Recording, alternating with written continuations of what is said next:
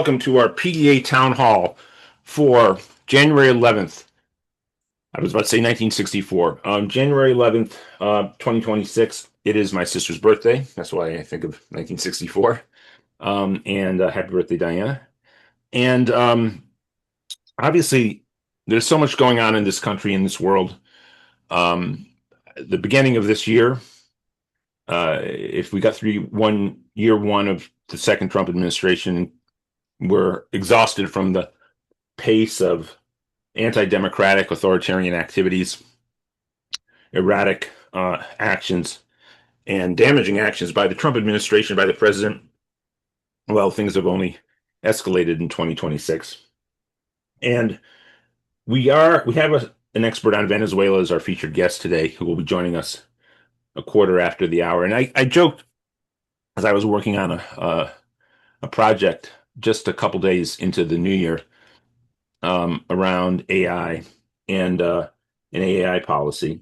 And I joked that, hey, maybe in a few days, nobody will be talking so much about AI, which is dominating a lot of the journalism at the end of the year around the bubble in the stock market, or questions about that, if it is a bubble, and all of the data centers and the demonstrations against it, and the drive of these very, very powerful Silicon Valley oligarchs to create AI. And of course, it's dangerous to the environment, to labor, possibly to all of humanity that it represented.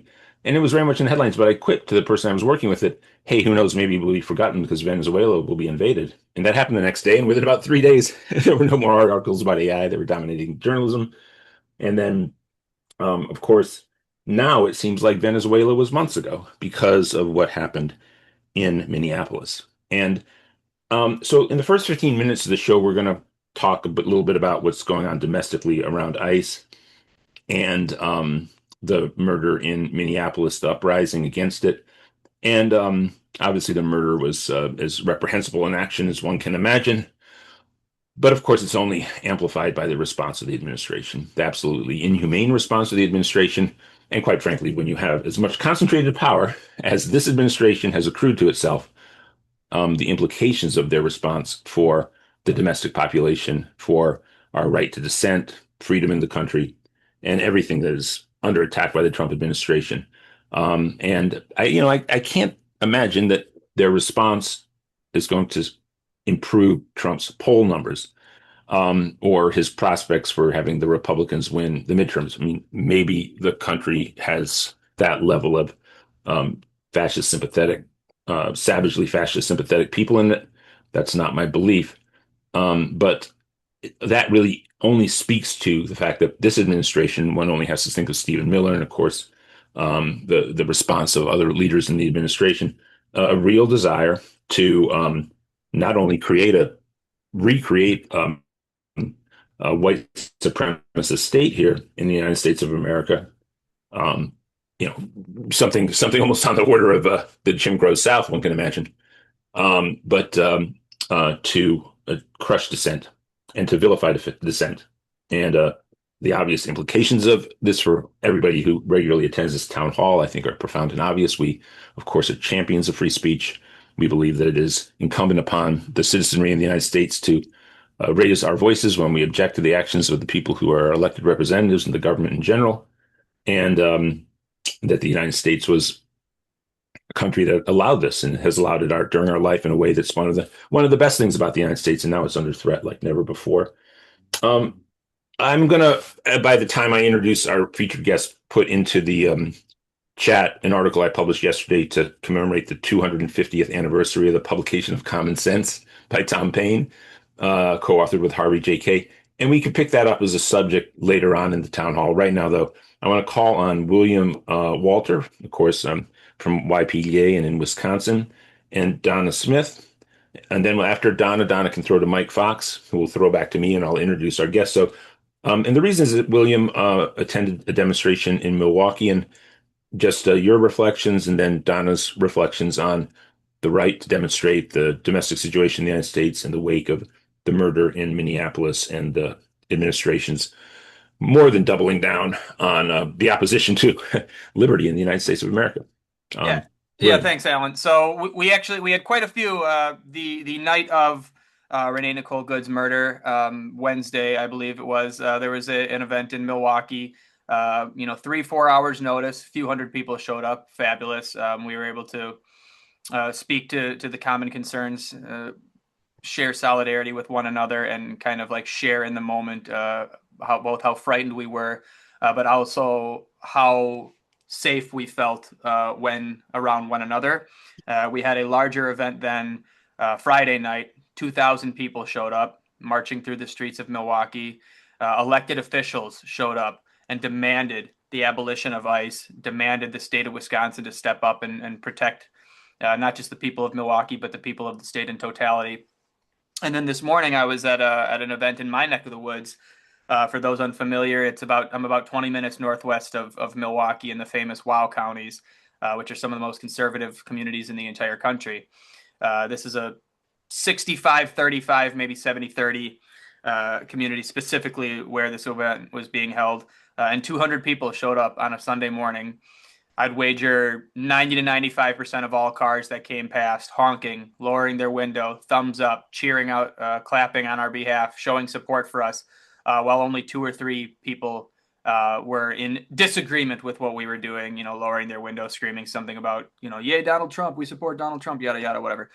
For a community like that to have numbers of support like we saw this morning, it really shows me, it really confirms that public opinion is changing very, very quickly. We, Progressive Democrats of America, all of you, we are on the right side of history, and we are not only correct in our moral principles, but we are acting upon what is both ethical and just for not just ourselves, but for our fellow Americans and for our fellow human beings across the planet. And more people are beginning to recognize that. More and more people are going to come to our side. And I'm so excited to have been working with PDA for all of this time, because PDA was there first. We those of you who are on this call right now came to the correct conclusion long before it felt like society has. But they always say progressivism is being correct and accurately noting what the problem is 10 years before it's cool to do so. When we're still the outliers at that point in time, until everybody else wakes up and starts to come around. So I'm always happy to be here with y'all today, and we're going to keep up the good fight. I'm going to pass it on to not only my friend, but a mentor of mine, Donna Smith. Oh, thank you very much, William. It's good to be on these calls with you and hear what's going on in Wisconsin. I would think nothing less. Wisconsin has always been such a place where people do organize and speak their truth to power, and I expect that will continue. I was born and raised near Chicago, so I spent a significant amount of time up in Wisconsin, as many Chicagoans did. We spent a lot of time vacationing there and have a lot of good memories and a lot of exciting memories in Wisconsin. And I was lucky enough to speak at the Fighting Bob Fest many years ago, which was a kick. That was the biggest crowd I ever spoke to live. So it was about 10,000 people, which was pretty astounding. Thank you, William. And I echo, Denver echoes what was happening in Wisconsin. We did have similar protests, a bigger one on Friday night near the Capitol, and marching through the streets where the police had to do rolling street closures because of the crowds walking through Denver. And then yesterday, there were people gathered on various street corners throughout town with signs and people honking, as William said too, similarly. There was very strong energy and support of the people who were protesting, and rather than any kind of snickering or anything not positive about that. So I too feel good about that people were in the streets, and that's good. I think it's going to take more than that. And I think this administration is not afraid to wield power, and they are doing so in a very, in my view, evil way. I don't like to use that word lightly, but I do think they don't have good intentions for any of us.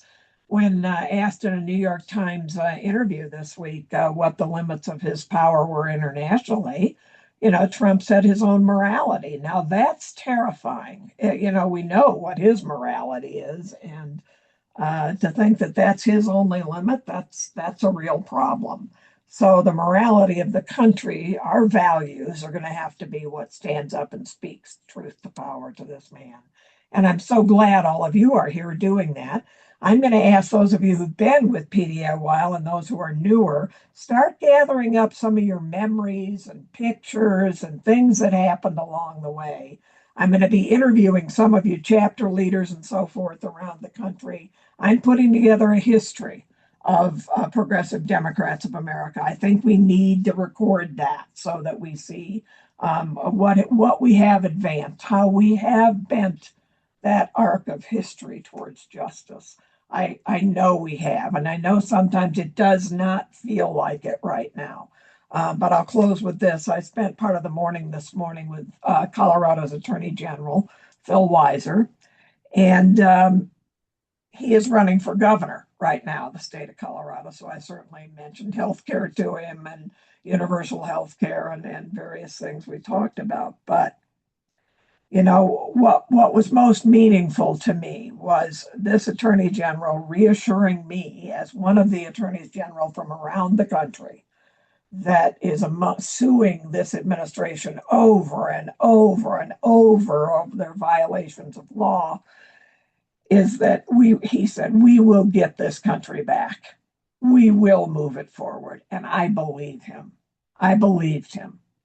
He was not trying to placate me. He wasn't trying to make me feel good as a donor, because I'm not a big donor. So there, from the Attorney General of the state of Colorado, was reassurance that we will get it back, but we will have to do it together. So thank you all very much. I do want to hear more about Venezuela. I can almost bear not to think about Renee Good. I mean, when any of us see any of those videos and pictures, it's just so tragic. And I will say one thing about it. I have a dear friend, Andy Bales, who was the head of the Union Rescue Mission in Los Angeles for many, many years. And Andy recently retired a couple of years ago and moved back to Iowa with his wife to be near grandkids and so forth. Andy's given a body and soul to the homeless of Los Angeles. And when he heard about Renee Good, Andy had a stroke. And I want everybody to think about the fact that there are real human consequences to what's going on right now around us. So those of us who are strong enough, those of us who still have a voice in that free speech America, we got to stand up. It's all hands on deck time, as a friend of mine said. It is all hands on deck. And thank you all very much. Back to you, Alan. Thank you so much, Donna. Indeed, and everybody. I want to highlight something before Mike Fox gives the rest of our PDA to dos, and Mike can hopefully amplify this, and certainly hope Donna and William can join us on the 14th, which is on Wednesday. PDA Massachusetts is having yes, absolutely, Alan. I forgot. Yes, absolutely. Oh, no. This was on Mike and myself, but we of course would be so honored to have you join us, because we'll be doing a town hall with, look, somebody since I've worked here has elevated us more and more and more. My esteem for him cannot be overstated. The work of Representative Jim McGovern in the U.S. House of Representatives from Massachusetts. There's a PDA Massachusetts town hall that will be taking place, and it is open for everybody, all PDA people around the country to join. And that is going to be Wednesday, and Mike will give the details of the time and in his PDA to-dos. And before I throw it to Mike again, I just want to amplify everything that William and Donna said, and especially that last point. And in per what Donna says, obviously there's been so many tactics that we on the, broadly speaking, progressive left have pursued, including with the revolution, the American Revolution, that we're in the 250th anniversary of the tactics we've developed. And I think it is very important for us all to communicate with each other, stay together. Now is really a time to work together, to be strategic, wise in our tactics as we approach this, not get ourselves harmed or open ourselves up to harm from our enemies, and but to preserve what most has to be preserved from the United States and its traditions of liberty and free speech, but also build the kind of country that this is always hinted that it can be and must be. And I think out of this trauma and turmoil, we can build that progressive America that we all dream of. So thank you so much, Donna. Beautiful comments. We're few minutes behind, but Mike Fox, PDA to dos, and And let people know again more details about the McGovern event on Wednesday night. Yep, rapid fire. Can you hear me? I can. All right. And my apologies, gang. No camera. I'm showing solidarity with the rest of the folks in the room. And trust me, gang, you're glad that I'm doing that. All right. So, to-dos. Let's whip them out quickly here and keep your eyeballs peeled on the chat, gang. We'll be dropping links in on all of this. But number one to do, as always, revel in the fact that you're surrounded by people who get it in this room. Every single Sunday, 4 o'clock Eastern, 1 o'clock Pacific, we're here to show solidarity with each other. And we hope that you will feel better after you leave this call than when you came on, okay? And 100% solidarity with all the folks. Thank you if you participated in one of the Stop ICE events over this past weekend. If you want to continue that sort of activity, go to just email info@pdamerica.org and we will plug you in like nobody's business there. So moving forward, actually another generic to do, my apologies, and that is take notes, gang. Take notes, because there's going to be a lot of information coming at you here. I'm going to be tossing into the chat our general to-do list. You're going to want to bookmark that. There's a lot of stuff that's coming at you, so take notes. Let's make sure that we are producing as a result of this call, okay? We can't just sit and listen. We got to do. So speaking of doing, Wednesday night, that's 7 o'clock Eastern, so that's 4 o'clock Pacific.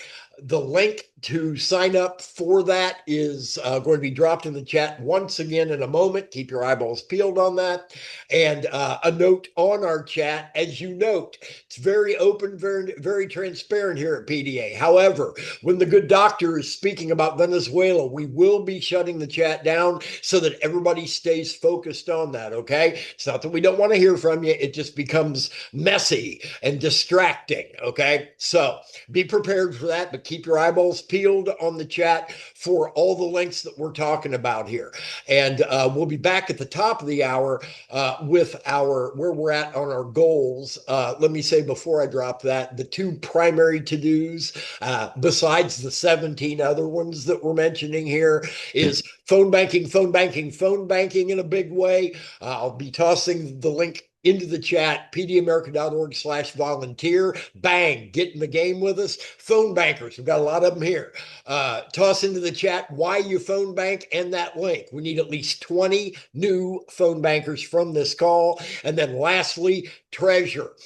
Solidarity. We're trying to get everyone on this call to be a yes. Either a single hour of volunteer work or $1. If you can make that dollar monthly, that would be beautiful. Go to pdamerica.org, hit the donate button. I'm likewise tossing into the chat the link for today's tracking. And our goal for new sustainers is 20. It was 10 last week, and we beat that. So let's see if we can't do 20 today. I'll be back with all of where we're at on our goals at the top of the hour. Back to you, Alan. Thank you so much, Mike. And I want to encourage people again to consider donating what they can to PDA right now. For obvious reasons, we probably need a little bit more of a buffer money-wise than we've had in the past, because the way we have to organize is even more intense at this time, but also need a little bit of a nest egg for potential legal defense whenever that may come about. Along those lines, I saw in the chat that someone placed that Rokon is calling for Jonathan Ross, I think is his name, the man who we know shot and killed Ms. Good in Minneapolis. And I completely agree with that. I think we're at a point where we need to see that happen. Obviously, we're very close with Attorney General Keith Ellison in Minnesota, and we would want to see that happen. We need adjudication on this. They are creating basically a Praetorian Guard military force that's outside the reach of domestic law. And so we really, I believe, need to see that happen. So we will be supporting that from Roe. And we'll be always in touch with Roe's people who do such great work on so many fronts. And then I do want to say, Hanya Jodep Barnes is going to join us a few minutes before the top of the hour and talk about an event taking place not this week, but the following week, the inaugural fundraiser for PDA Greater Middle East Alliances. And I bring that up right now because one thing Hanya will, of course, mention, and she is Iranian American, is primarily outside the United States, one story that now is dominating headlines as much as Venezuela or the demonstrations across the United States and the murder in Minneapolis is what's happening in Tehran, and that is of course something we're following very closely too, and no doubt will of course be in work coordinating with people whose voices on the progressive left will be heard around the situation in Iran. Now to Venezuela and to Steve Ellner. I am so pleased that through our chief of staff, Mike Lawless, we were able to bring Steve Ellner onto the call. I worked at Pacifica Radio from about 2002 and as a staff member 2003 all the way through till I became executive director here. And when I first started at KPFK Radio, initially as a volunteer, the Venezuela story was a real focus of progressives and the left all around the world. And the work of Steve Ellner, I think I own a few books by you, and you were a guest frequently on our radio station. And so I can certainly say that the analysis we're about to hear is expert and incisive. And just Steve Ellner is hold on, where is this? Is an associate managing editor of Latin American Perspectives, and he taught at Universidad de Oriente in Venezuela, where he lived for more than 40 years. And he is the author of Rethinking Venezuelan Politics, Class Conflict, and the Chávez Phenomenon. And again, I'm going to ask for your broad perspective. It's sort of a bit of a difficult subject to actually, what would be the jumping off point to speak about this? There's so much dimension to this. But I will just frame it this way. I was up late at night in some evening and late night, October, I believe, 2002, was it? Is that right? And or was it 2001? You'll let us know. When Chavez was kidnapped, and C-SPAN played live when he came back to the palace and spoke to the Venezuelan people, and I watched it. And to me, it was one of the most euphoric moments I've ever experienced politically. And it's all captured in a movie called The Revolution Will Not Be Televised by two Australian documentarians who happened to have been stranded inside the presidential palace when the coup against Chavez took place. And they beautifully document the whole sort of Bolivarian revolution up to that point and the incredible enthusiasm for Chavez among the working class and poor majority populations in Venezuela. And one thing I'd love for you in the course of your comments to tackle is how has that enthusiasm waned, or to what degree does it still exist in a latent form among the Venezuelan population for the Bolivarian Revolution? It's very, very difficult to get any clarity on that perspective within the American press. It certainly seems like there's still some, but of course it's nothing like it seems like it was 25 years ago. And maybe if you could start by correcting the date. I hate to get the year wrong, but that's how long it's been. So welcome, Steve Ellner. Thank you for joining us. Oh, we need to have you on mute. We can't hear Mr. Ellner. Okay. Oh, there we go. We can hear you. There we go. Yeah. I plugged in my microphone, but that always is problematic. The date was 2002. Yeah. The coup against Chavez on April 11th, 2002. Yeah, sure. I'd be glad to talk about the question that you just raised. But before I do that, I think that a background is necessary, because the main narrative justifying this, what I call war in Venezuela, prior to the whole talk of the narco terrorism, and now the fact that the Venezuelan oil, the Venezuelan land, and the oil installations belong to us, that is, the oil companies. It's a justification for the kidnapping, or the capture, if not kidnapping, of Nicolás Maduro and the First Lady, Celia Flores. The justification for the aggression against Venezuela was basically twofold. One is that the dire economic situation in Venezuela was due to corruption, due to mismanagement. And the second narrative was that Maduro and really Chavez, going back in time, were authoritarian governments, and that justified intervention in Venezuela. That justified the sanctions against Venezuela. So I wanted to deal with that first, and then get into the more recent events, which are just. And can I ask one? And in your initial comments, I don't mean to interrupt, but the one thing that this gives you a sense that I follow this very closely. I actually became good friends with people at something called the Ven Info office in DC, And I introduced them to a number of my friends and fellow hosts at KPFK. They became very involved in being supportive of the Bolivarian Revolution and Chavez, big life-changing event for them. And yet, even for myself, my engagement in Venezuela waned over the last 20, 25 years. And so you get to the 2024 election, that is mentioned all the time in the US press. And I hate to say it, I don't really know the details of the veracity of their charges of electoral fraud and stealing the election. If you can tackle that too. Thank you. Right, I certainly will, Alan. Yeah. So yeah, those two narratives. Firstly, it's an authoritarian government, and secondly, it's a corrupt, incompetent government. And I think that it's important in order to understand that the there was a war in Venezuela. There were numerous attempts to bring about regime change, going back to Chavez. I mean, you mentioned the 2002 coup attempt.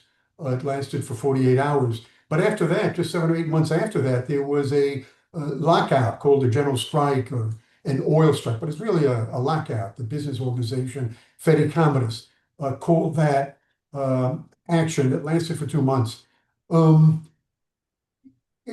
Under Maduro, it was obvious that Maduro was not as strong as Chavez. He didn't have quite the backing, as you mentioned. The enthusiasm waned. And that was due in large part, well, due to the fact that Maduro is not as charismatic as Chavez was. Chavez, incidentally, in addition to being charismatic, he was an educator. He taught Venezuelans in general about a lot of things, dealing with oil, dealing with participatory democracy, socialism, etc. Maduro doesn't have those kinds of skills, quite to that extent at least.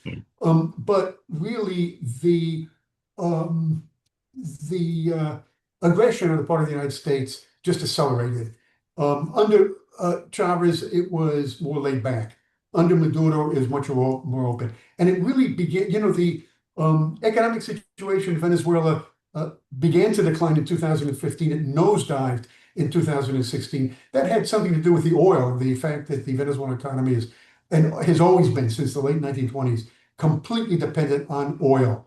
And the international price of oil declined rapidly in 2015, 2016. But it also had to do with the sanctions against Venezuela, beginning with the Obama executive order that declared Venezuela an extraordinary threat to U.S. national security. That was really a signal for the private sector. It was a signal for the banks not to, loan to Venezuela. It was a signal to U.S. companies which were in Venezuela and left, like Kimberly-Clark, Ford, after that, Kellogg's, General Motors, one after another. They just, closed shop and left the country. So that affected Venezuela in a big way. The opposition in Venezuela says that no, the economic problems in Venezuela preceded the sanctions. You can't blame it on the sanctions. Or if you do, that's just part of it.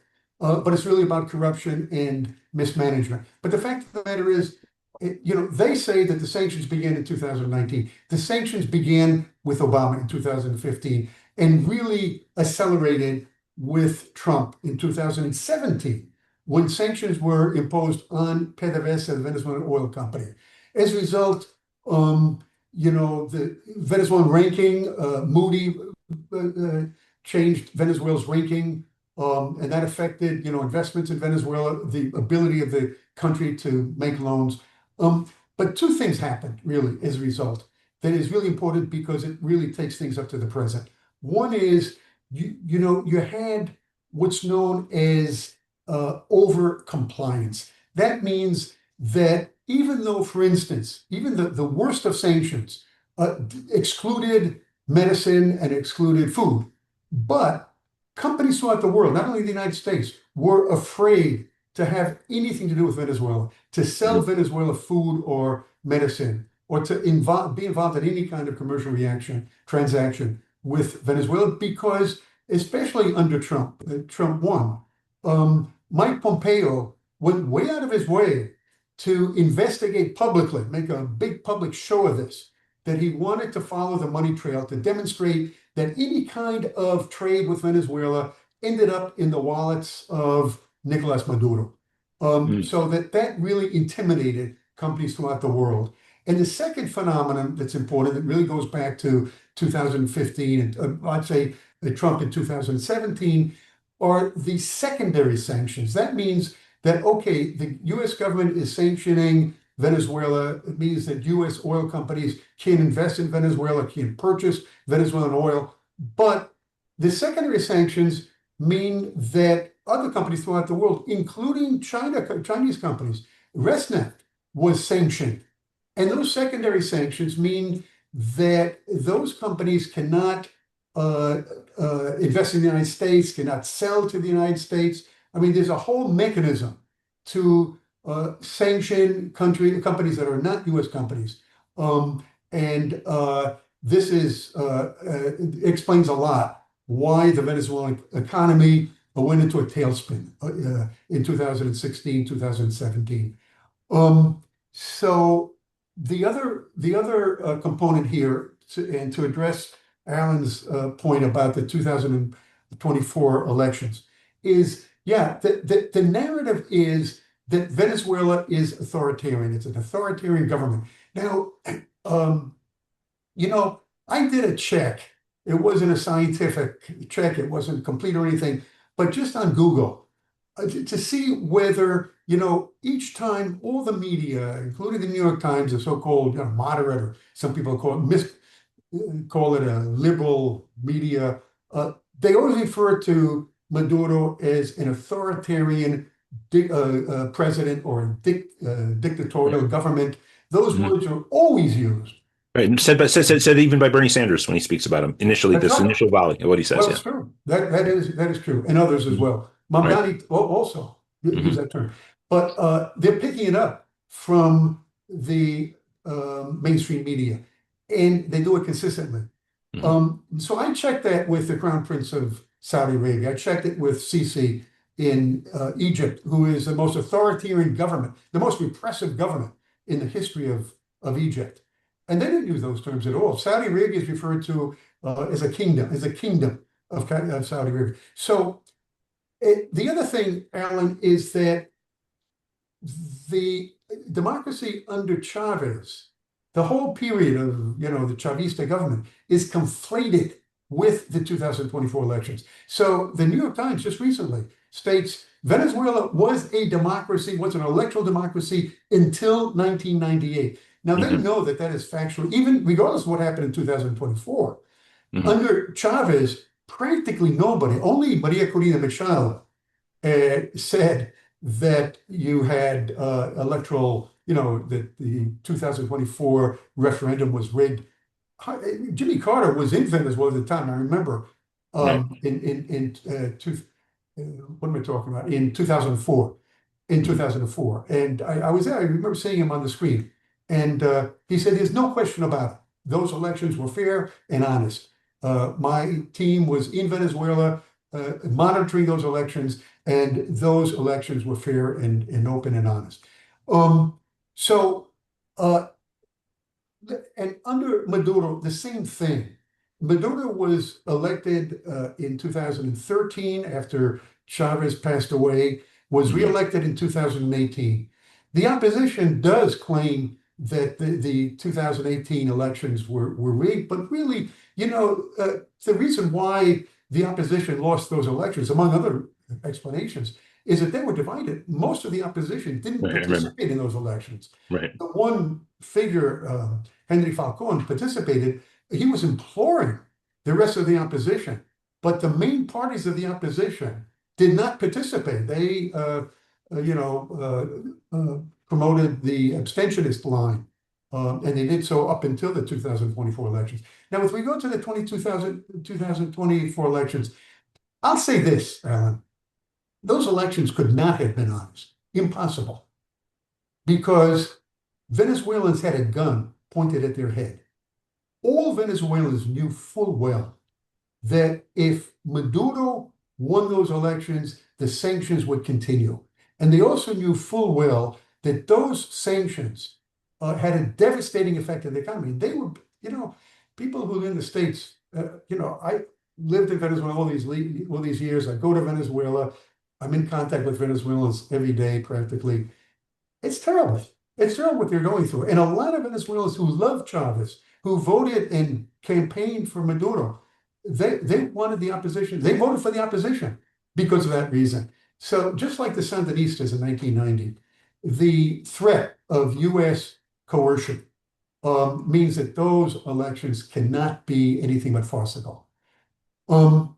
So Can I ask a follow-up too? Because the other thing that's implied are human rights abuses and actually systematic violence against the opposition. Now, again, I'm very, very dated in my following Venezuela very closely, but I remember that those people who staged the coup against Chavez in 2002, very well documented. Again, I encourage everybody to watch the film, The Revolution Will Not Be Televised. It's really one of those spectacular documentaries I've ever seen. And in fact, critical reviews were always couldn't believe that these documentarians had fallen into the situation that they were to capture something so spectacular.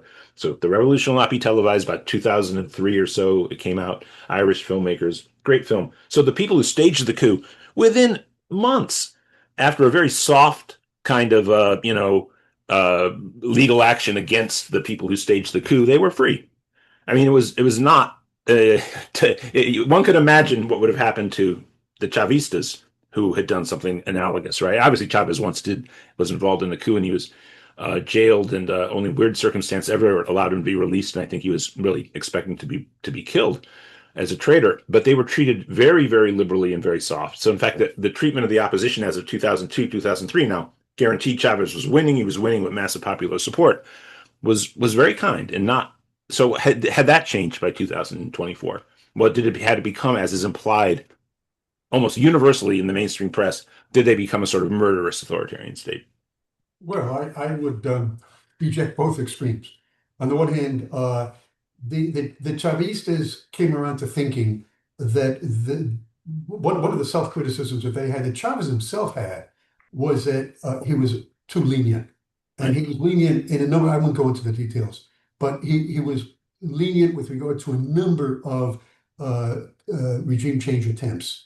And one of the things that he realized was that after the 2002 coup, he was open arms with regard to the opposition. He said, let's talk, let's establish a dialogue. And he rehired 6 oil company executives who he had fired just prior to the coup. And one of them became the leader of the coup attempt, the so-called general strike in December of 2002, January 2003. So Chavez said, yeah, I made a mistake. I was too lenient with these guys. And that became really the standard thinking of the Chavistas under Maduro. So on the one hand, you're right. With regard to the being murderous, my opinion is that after those 2024 elections, there was a lot of violence. The government also engaged in tactics which one would criticize as being repressive, but also the opposition was not playing. I mean, these were not peaceful demonstrations any more than they were, and I can talk about this in greater detail because I was there in 2014 and 2017. You had these 4 months of protests, which paralyzed sectors, upper class and middle class sectors, not the poor areas. But in the daytime, the protests were pacific, but they blocked traffic. But in the nighttime, you had shooting on the part of the people who were protesting. You had a whole different crew who was out there, and a number of policemen, a number of military people were killed by the protesters. So the violent tactics were taking place on both sides. Let me just fast forward now because I am aware of the time factor. Mm-hmm.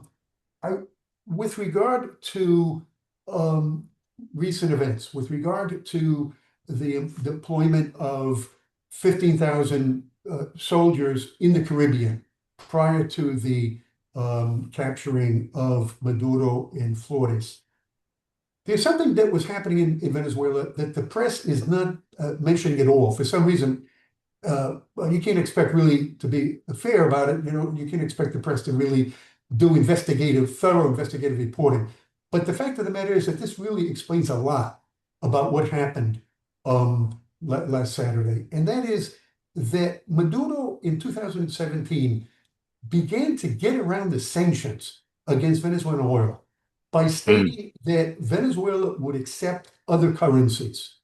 And so Venezuela accepted currencies from China and cryptocurrency as well.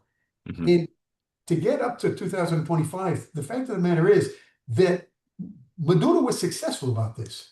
And the Venezuelan economy was recovering. It was recovering in a big way, although the economic situation was so dire by 2017, 2018, that any increase would be a fantastic increase, and it was. The ECLA, the Council on Latin America, the Economic Council on Latin America, published statistics, and others as well, that there was a dramatic improvement in the Venezuelan economy. The Venezuelan economy was still in a bad way, but there was improvement, and the improvement was taking place because Maduro was relying on these ghost fleets consisting of companies who were in that business. And of course, Venezuela had to give them a discount. So Venezuela was getting a lot less money for their oil. But these companies were in the business of changing their names, shutting off trackers, doing transactions aboard ships, which also, by the way, lent itself to some corruption. This was a problem that Venezuela faced because the money was being dealt with, on board these ships, and that was quite problematic for Venezuela. But even more problematic was that Venezuela was getting less money. But you look at the statistics with regard to Chinese imports. I mean, China was getting 80% of Venezuelan oil, but the statistics indicate that that oil was coming from Malaysia. There was a big increase in China import of oil from Malaysia. So this was the network that Maduro succeeded in setting up. And it is really quite threatening to the United States because for two reasons. Firstly, it meant that Venezuela was getting around the US system of sanctions. The United States is applying sanctions to a lot of different countries. It's affecting Iran, as everybody knows, in a big way. We can see that today. And it's affecting Russia, but other countries as well. And so this, the United States has weaponized the dollar. It's an important instrument of US foreign policy. And Maduro was demonstrating that it was possible to get around that system. But even more important than that, it was showing the way to carry out transactions, commercial transactions, without using the dollar. And Trump had threatened BRICS with 100% tariff if they dared to undermine the dollar, if they dared to use their own currency. And so Maduro was demonstrating that it was possible to, defy the United States in that sense, and not have to worry about these sanctions because there was another way to do business, another way to do commercial transactions, getting around the dollar. So this, I believe, has a lot to do with the actions against Venezuela. Yeah, go ahead. No, go ahead. No, finish your thought. Sorry. Go ahead. Well, I was just going to say that the Trump narrative that justified what he did is I'm going to pull up my notes here. It changed, but it's important to keep in mind that Trump hasn't really talked much about democracy. His justification at first was this narrative about the Cartel de los Soles and the Tren de Aragua. It was obvious that the Cartel de los Soles was an invention on the part of the Trump administration. The first Trump administration, which indicted Maduro in 2020 under Barr, and now in the second administration, there's so much evidence that that was a trumped-up charge that I wouldn't even know where to begin if you asked me. But the fact of the matter is, and this is really an amazing thing, the Justice Department dropped that. In the indictment against Maduro now, they're not making any reference to the Cartel de los Soles. They recognize, they admit that Cartel de los Soles does not exist. Basically, that's what they're saying. Well, that does bring us up to the final two questions, or I think really hyper significant situations we face now, which point to what happens next.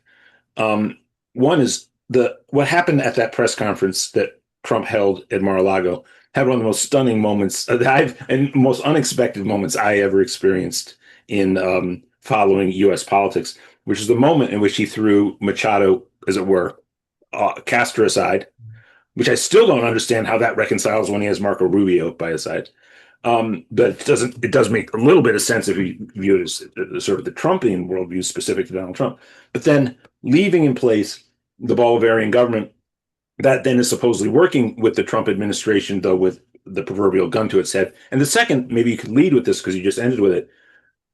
My understanding is the four charges brought against Maduro in court, one's like possessing a large cache of guns to be used for drug trading, but then independent, a large cache of guns. That was one of the four. And he's a state. Of course they have guns. Then the other two were related still to drug trafficking, but those are completely fatuous.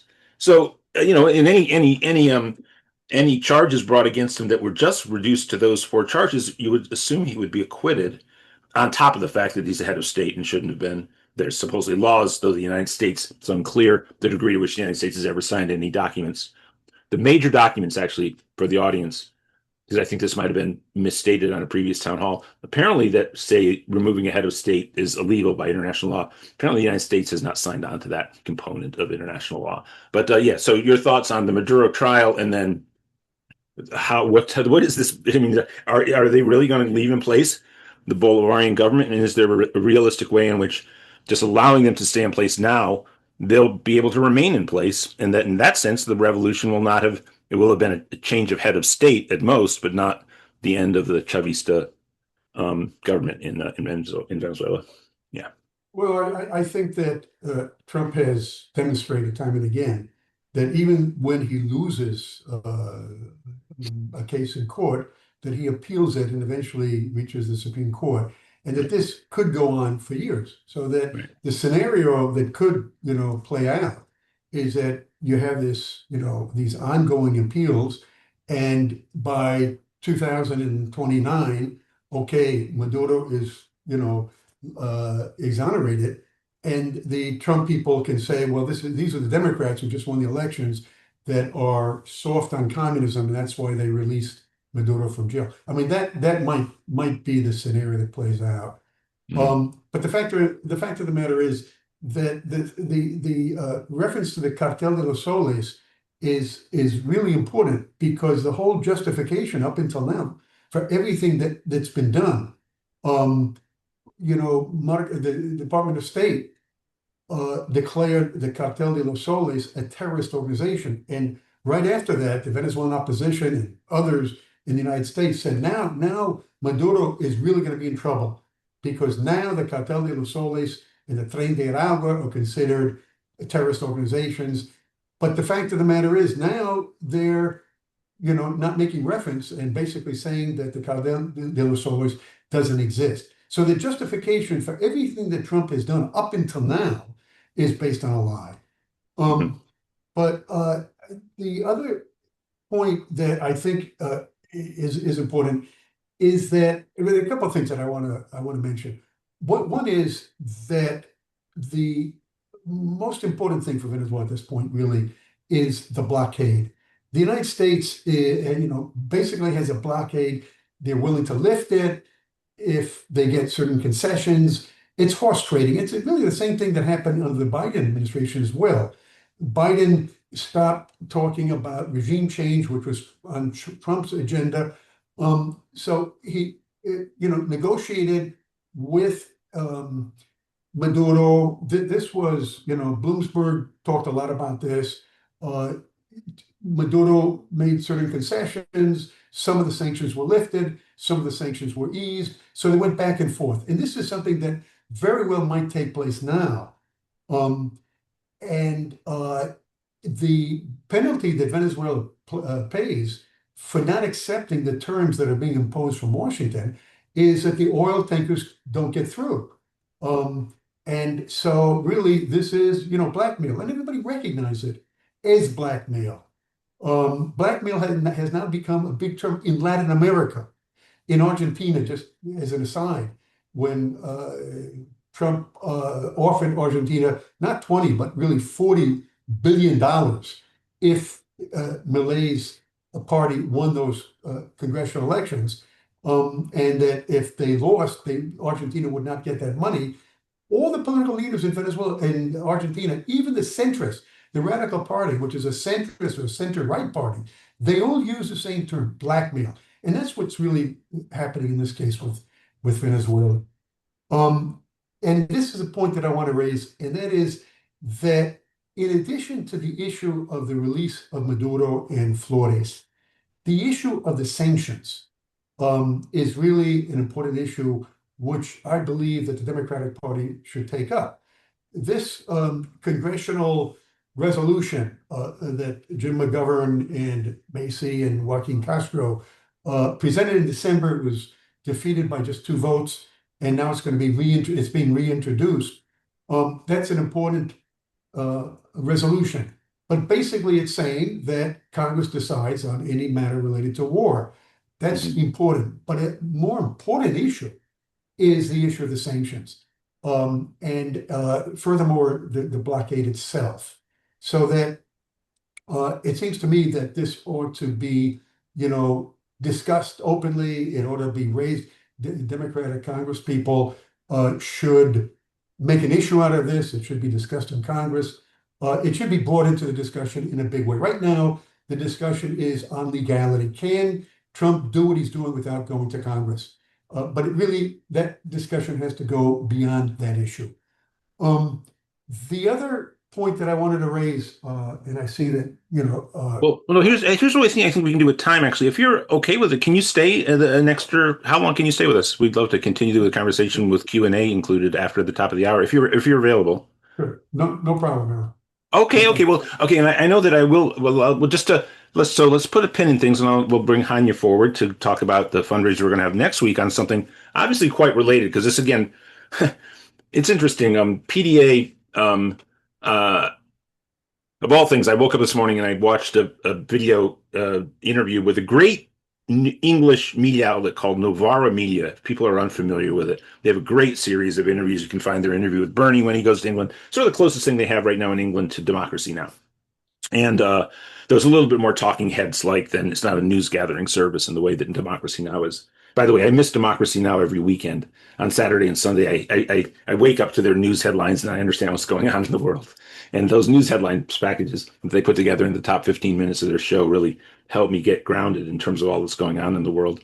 So there's an interview with Glenn Greenwald, a controversial figure, of course, controversial figure on the American left, to how he fits in on the left is always sort of an uneasy fit. Generally, Novara Media, like Democracy Now!, is a progressive left, and they dialogue with people who have big ideas around the world and the progressive left. But they talked to Greenwald and they asked him about the state of the U.S. empire, and is this actually a re-upping of American imperialism, or was this Trump, just sort of shrinking it down to the Western Hemisphere? What does this all mean? It's been transpiring, and he, of course, the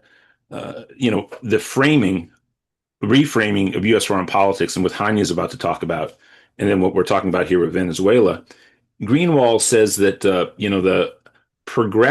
left, and here in Greenwald's language, he's talking primarily about the Democratic Party, and to a degree, the slightly more left Democrats among the Democrats, that their foreign policy position never challenged the Cold War consensus. And of course, we at PDA, who drafted Bernie Sanders to run for president, we are actually the almost sole political organization in the country. So more so than Justice Democrats or Our Revolution. In many respects, even DSA, we have had a focus on foreign policy, and our foreign policy traditionally would represent a break from the Cold War consensus, that we are, a classical left international humanist foreign policy peace organization. So it was interesting to hear Greenwald say that. And as he said it, I thought, well, no, I think our foreign policy position actually among the base of Democratic Party voters and base of independents and even some Republicans is stronger in this country.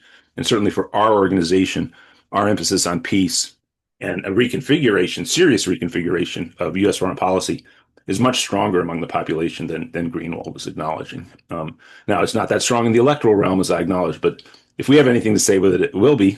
So let's do this right now. We'll come back to Steve Ellner. Everybody, I think, has been listening very closely. We'll finish up the dialogue I'm having with him just at the top, after the top of the hour, and then we'll open up for questions. I certainly have one or two final questions for you to relaunch that conversation. But for now, I am always proud to introduce Hanya Jodat, who is the founding member and lead member of the unique national chapter we have at PDA called Progressive Democrats of America, Greater Middle East Alliances. And it's been in development for a while, but our big launch is taking place next week with a event we'll be hosting on Zoom. Yes, we'll be raising funds for it, but it's something everyone should attend just for the insight that you'll hear about. And as I mentioned, of course, in dialogue with Steve Ellner, and Hanya is Iranian American. What's going on in Iran right now, it's always, these things happen every few years, but it's happening now. And what it's all going to amount to, we don't know. But Hanya, just tell us quickly about the event next week, and if you might, your reflections on what's transpiring in Iran right now. Thank you so much, Alan. And it's been an absolute honor, Stephen, to sit through your beautiful, so well impactful speech and your session. There is a line to be drawn here between what's happening in Venezuela in terms of sanctions, with how Iran's economy has been crippled over these unilateral sanctions, which became a little bit harsher, much harsher actually, after Trump decided to all of a sudden leave the JCPOA and withdraw from it, and then really just ring the alarm and say Iran is developing nuclear weapons and we need to do something about it, and never rejoin it again. But the timing is a little bit strange to me. There is absolutely no question that my people have gone through 47 plus years of authoritarianism and a regime that is suppressed them. There is no question about that. But the timing of when these incidents happen and these uprisings happen always make me wonder how much US has influence right on the ground in Iran, in addition to what we saw unfolding in Venezuela. And, something to mention where, Steve, you spoke about so eloquently, is that Iran was a partner with Venezuela during the harshest times when the banks in Iran were closed. Venezuela was one of our biggest and best partners, right? When we talk about Iran's economic crisis, obviously, we often talk about sanctions alone, but, not every story, every story happens to leave something out. So I'll talk about this more in detail and in depth during our call on next Thursday. But, something to talk about is that, again, Iran has survived sanctions not just through internal repression, but through alliances with other sanctioned states, especially Venezuela. And Venezuela has helped Iran by trading oil, fuel, and gold outside of US-controlled financial system. As I mentioned something earlier about the banks being closed, Venezuela paid in barter, heavy crude, gold shipments, non-dollar exchanges. And that matters. And so when you collapse this relationship, you're collapsing the economy of Iran even more now, right? And again, in return, Iran also sent gasoline, refinery parts, technical expertise, to prop up Venezuela's collapsing energy system, right? So this partnership is really important in this conversation. But in addition to that, it always makes me wonder, US always imposes these sanctions to starve people just enough to get in the streets. And that oftentimes works because the Tuman value has dropped significantly in Iran. My mother is right now stuck in Iran. We don't know if she's going to be able to come back February 9th if these protests become larger and as time progresses, more violent. But I do worry that airports are going to be closed. And then she was telling me, having a heart-to-heart with me the other day, she said, "Honey, I can come only maybe more time, but then what happens in a couple months where I have to come back to finish my citizenship process, right? I can no longer afford to buy a plane ticket to come because our Tuman has absolutely no value." And obviously I said, "Mom, I got you, no problem." But, the problem is deeper. We're talking about, a country of young 80 million people who are just struggling to make ends meet, right? And oftentimes, nothing that the United States does is for the benefit of a country. Really, when we talk about regime changes, we're talking about access to resources. When we're talking about regime changes, we're not necessarily thinking about, well, how is this going to benefit Iran's economy, right? And the younger generation that's looking for some freedom to be able to afford, food and put food on the table. So the timing is really interesting. I do want to leave some of this conversation for our call on Thursday, next Thursday, if that's okay, because I think it is very important. So on Thursday's call, and if I may do this, I've never done this before, never done this on any call. If because Iran's relationship is so significant to Venezuela, I really would love to maybe offside invite you to also join that call if your time allows for it. It's going to be next Thursday on the 21st because we're going to have an incredible group of speakers. We're going to have Dr. Aisha Joman, who is a Yemeni activist who has worked with the State Department in the past before, and she is the executive director of Yemen Relief and Reconstruction. Alan Minsky is going to be joining us on that call. Obviously, I'll be there, and I just reached out to an Afghani comrade of mine who is an incredible human rights activist who deals with immigration and has been really one of the front men in terms of providing assistance to Afghan refugees who have fled the country after the Taliban reclaimed their power. And we want to really kind of dig into what happens when these regime changes happen under the name of democracy. And I think, Steve, your voice would be so helpful in what's happening. So we'll offside all of this, but I'm going to share the link as per Mike Fox's request. I am sharing the link with you in the main chat. We are going to be getting together at 5 p.m. Pacific time on January 21st. When the 21st in that, it says Thursday. The 21st, I believe, is a Wednesday. Are we sure? I thought it was a Pretty Thursday. sure. Today's the 11th, right? It's a Sunday, so. Okay, so thank you for that. So let me go back to the drawing board, make some changes, but January 21st is when we're going to be getting together. And additionally, I do want to mention that this call, a portion of this call is going to be a fundraising call, but I really want for everyone to understand that PDA Middle East, Greater Middle East Alliances will serve as a home for our PDA members and our beautiful PDA community and communities and comrades to find a place where they can find information and gather information and help us in solidarity when we're talking about connecting the progressive space here in America with what's happening abroad, because so much of it is linked together, right? And unfortunately, right now, information and sharing that information is our biggest weapon. They have guns and they can shoot people in the face and get away with it and turn this country into a fascist country. But what I tell you is that we have the information that we need to engage the younger generation and all of us and bring everybody on our side, right? And really talk about why we are in the state that we're in when it comes to Venezuela, when it comes to Iran, when it comes to Iraq, Afghanistan, Libya, and how do we then collaborate to break this chain, right? All in solidarity with one another. So I am going to be on the lookout. I'm going to work with Mike Lawless to send out a national invite to everybody. Fix the date first. Steve, I will reach out to you separately if that's okay, and confirm that you'll be available to join us. But look, I need every single one of you, and we just need each other. Hartzell always says, Ellen, we got us, right? Yeah.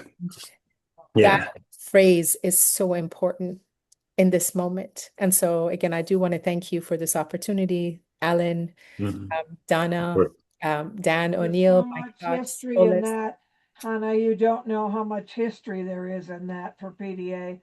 Our founder used to say, "I've got your back" at moments when you most needed that. So thank you for Of playing. course. And look, we got each other and we got each other's backs. We may not agree on how we get there, right? At the end, but we are, by God, we're going to get there. And look, I'm always here. If there's any questions that you have for me, it's Hania at PDA America. My email, I'll share my email with you. I'll share my phone number with you. I look forward to seeing all 367 of you on Wednesday's call, Alan.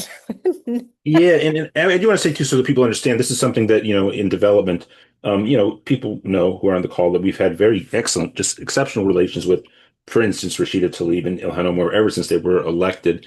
And, I've gotten to know both women and been in events where it's just, me and them speaking and such. And one time in 2019, I was going to do a fundraiser event with Ilhan Omar, and it got canceled out of death threats in was that Santa Monica where that house is? I think in Santa Monica, California. Yeah, and And they couldn't make it. Yeah. yeah, and but just a big thought for Ilhan Omar right now as a person. She's just a marvelous, marvelous, fun, incredibly sharp, brilliant person. And we through her office we introduced, we worked on and helped draft the first original universal student debt cancellation bill. But the project that Hanya is developing is, it's in general coordination with figures like that. It's going to be an organization, a chapter, a unique chapter, a nationwide chapter, not geographically defined like other PDA chapters. And I think it's going to become very important for the coordination of progressives. Well, you look, the people who've had decent approach to foreign policy in the general Middle East, whether it's Israel, Palestine, Iran, whatever, have been affiliated with the progressive wing of the Democratic Party, the degree to which they have any affiliation with electoral politics. And to consolidate that. And I think there's a real desire to see this chapter work among many, many people and really take off. So it's going to be exciting. That launch is going to be next week. And we'll get back to Steve Ellner in a second. We're going to go to Mike Fox. But again, I just want to make the point to Steve. Again, this maybe makes clear again that PDA is unique again among the left electoral organizations in our focus on foreign policy. And really from the beginning, as an organization founded in 2004, of course, the Iraq War was at very much the height of people's consciousness politically in the United States at the time.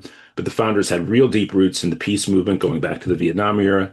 And so we've really maintained that legacy and a focus on international affairs to a much greater degree. As we all know, there are times in which any international theater is almost forgotten by the American public, just fades out, and it generally drops off of the national political discourse. And we're very different in that respect. And we certainly believe that a reconfiguration of U.S. foreign policy in the way that we envision it would be, of course, generally very beneficial to the domestic population of the United States, all the peoples here, and of course, beneficial for the people of the world. Okay, before we get back to Steve Ellner, Mike Fox quickly with our PDA to-dos, and again, maybe a little emphasis on the McGovern event, fundraising, getting phone callers. Mike, how you doing? Before we go back? We can make that slamming and jamming quick here. And thanks everybody so much to all the folks who have donated today. I'm going to do my quick thank yous. Many thanks to Maggie and Quincy, Michael, phone banker Mary, Double Doing, and Judith and Dorothy, as always. Thank you for your more than kind $100, as always. And Lisa, Joanne, Philip, thank you for your sustaining donation. Wow, that's substantial, $50 a month. Thank you, Philip. And Dr. Deutsch, Double Doing Dr. Deutsch, as always, and Double Doing Beverly, phone banker Beverly, Patricia, Nadine, Samuel, Cheryl, thanks for the sustaining donation. Double Doing Mary, Maxine, thank you for your sustaining donation, and Dr. Sonnenborn, Double Doing as always, and Beth, Karen, and Double Doing Aaron, and Michael, who starts us off each and every week. Thank you so much, Michael. Let's keep the tip jar ringing, as it were. Where are we at on specific goals on volunteering? Boom. We need 9 more folks signing up to volunteer to hit goal, and we need a substantial number, over 10 more folks to pile on the sustaining donation to hit our goal for today. And hang on, everybody. After we wrap the recording here, we'll go into family time. We'll dive headlong into where we're at on our goals. And also I will be tossing into the chat the link for the Jim McGovern event special deal this coming Wednesday. Excuse me. 7 o'clock Eastern, 4 o'clock Pacific. So everybody sign up for that one. Then likewise sign up for Hanye's. And Hanye, the link that you're tossing in there, I'm not 100% sure is a registration link. That may be the actual link for the show that day. So if anybody has any questions, concerns, hit up Hanye, and we'll make sure that everybody gets wherever they need to be at the right time. Back to you, Alan. Thank you, Mike. And now I'm going to drop into the chat something that I promised earlier. It may seem a little bit off subject from where we are right now, but I'm going to put it in context in a way that maybe will make a little sense even to our current conversation. So right now, here is the article that I published, co-authored with Harvey J.K. yesterday. It was always going to be yesterday that we were going to drop this article, no matter how heavy the world's news cycle was on other subjects, because yesterday was specifically the day 250 years ago that in many respects the quote-unquote age of revolution was launched. I do not believe that the American Revolution would have been successful without the publication of Thomas Paine's Common Sense.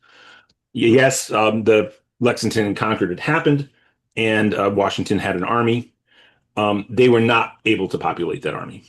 And it was the publication of this book that lifted up the complaints of the people who were in an uprising, relatively small uprising against the British government, and it framed it in a more broader historical context against monarchy in particular.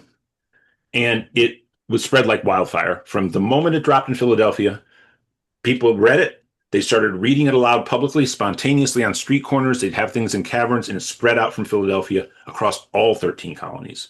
And this led to a recruiting of rank and file citizens into Washington's army at a rate that hadn't been seen previously. So I don't think this revolution happens without the publication of Common Sense. And while there had been obviously other pamphlets that had been released, it was an era of pamphlets and stuff. This just absolutely was so much more popular than anything that had happened to that point.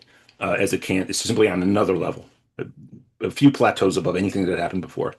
And it's very eloquent in expanding this. Now, one of the things it focuses on four subjects. And one is, of course, the critique of monarchy. And one of the things that's been said about Paine is Paine came from England. He understood that the monarch didn't have that much power, that it really was the parliament. And why is he emphasizing monarchy? Well, first of all, that can be overstated. The monarchy still had a lot of power. Monarchy actually had power in England all the way through to World War I, especially around foreign policy issues. You can actually see in the build up to World War I that the actual monarchs were involved in negotiating with the other monarchs of Europe, trying to keep away from the war happening. Of course, they all failed and the war happened. And World War I, all the way up until that point. So there is real power there, and there's a real critique, and its resonance, that part of Common Sense, its resonance for this moment with Donald King and the No Kings demonstrations is really profound. But the reason I bring it up is because even Paine, there's a pragmatism to what he emphasizes at this point or at other times. And I think this is something that we're going to have to contend with a lot with around our support for no war in Venezuela, our opposition to regime change in Venezuela, regime change in Iran, how we speak about this. Because we see when we even have people like Bernie Sanders, the very first thing he feels compelled to have to say is basically a set of certainly overstatements, if not outright untruths, about the reality of the Venezuelan government. And Maduro is represented like Saddam Hussein is represented or was represented. He's like some kind of savage, hateful murderer. In all the press that I've watched about it, finally, a guy named Vijay Prashad, somebody I've respected for years, was asked about Maduro as a person. And he goes, oh, yeah, he's a really nice guy. So is his wife. They're great people. They're really gentle. It's like, okay, that's not the representation that you're hearing. But how can we as progressives, what do we have to articulate? And I do think we can't just jump out and say things that to the common person's ear, they're going to instantly hold us as being like favoring some very, very bad and evil side. We can't allow that to be put upon us. And by the way, folks, I think this is even going to get more outrageous. And this is one of the final questions I have for Steve Ellner, is Cuba. They are not backing down on calling for the overthrow of Cuba. It's in the press today. Again, they're trying to frame it. We all know that Rubio, and the degree to which Rubio can sort of carve out a space in which he's driving Trump administration policy. So let's say Miller is the author of the domestic fascism.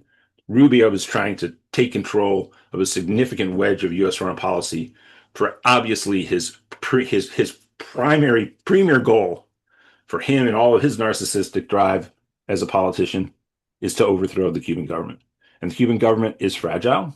Its situation with the domestic population, and also, again, an exodus of population from Cuba is very weak right now. And yet, I certainly oppose overthrowing the Cuban regime.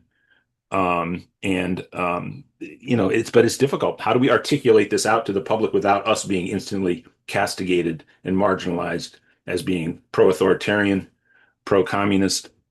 It's something that we have to work out our language on. And I want to say, just for everybody, Paine's many respects held up as like somebody, well, he was pure in his articulations. No, he wrote an anti-slavery pamphlet a year before Common Sense. It was the first thing he published. Slavery's not mentioned in Common Sense, you know. So he knew that to make the argument and to connect with the people he wanted to connect with in Common Sense, it's a conspicuous absence. There's criticism, but scholars have shown that actually the first thing he came to America and published about was an anti-slavery tract.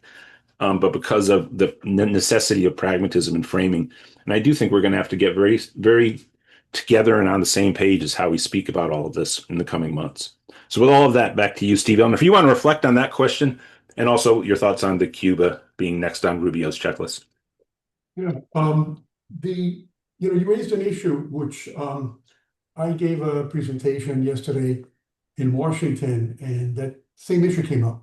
How do you explain that? Somebody asked me in a short conversation with somebody, you can't go into much detail, when somebody raises this issue with regard to repression in Venezuela, with regard to authoritarianism, how do you respond succinctly? And I said that one way to do it is to just simply state a truth that nobody can deny. And that is that democracy and war are incompatible. It always has been. It has been in the United States in World War I. Think of Eugene Debs being jailed for opposition to World War I. It was the case in World War II with the Japanese population, with the Jehovah's Witnesses who were jailed as a result of their opposition to war. So it's always been the case. And in the case of a country like Venezuela, which has been subject to so many regime change attempts, and that's something that we have to really get into in order to answer the question with regard to authoritarianism in Venezuela. You mentioned Saddam, but the fact of the matter is that there is a fundamental difference between Saddam. I mean, one argument is that in a wartime situation, governments resort to certain, tactics and certain measures which are not democratic. And you can say the same thing about Saddam. But in the case of Venezuela, and I'm no expert on Iraq, so I really can't get into detail there, but in the case of Venezuela, Maduro is progressive. He's implemented progressive policies. Now, you can't really get into too much detail in a brief conversation with somebody, but you can mention, firstly, the social programs. And that's a characteristic of all these pink-tide governments. And one of the divides between the progressive pink-tide governments in Latin America with Lula, Scheinbaum, etc., and the right-wing governments, just like in the case of the United States, the difference between the Democrats and Republicans with regard to social programs. Now, that doesn't mean that neoliberals don't, reject all social programs. After all, Bismarck, had social programs for the workers, for the working class. So you can't say that they're diametrically opposed. But the tendency is that progressive governments, and specifically in the case of Chávez and Maduro, and you can pull up a lot of statistics on that and go into a lot of specifics with regard to education, health, etc., a housing program in particular, in the case of both Chávez and Maduro.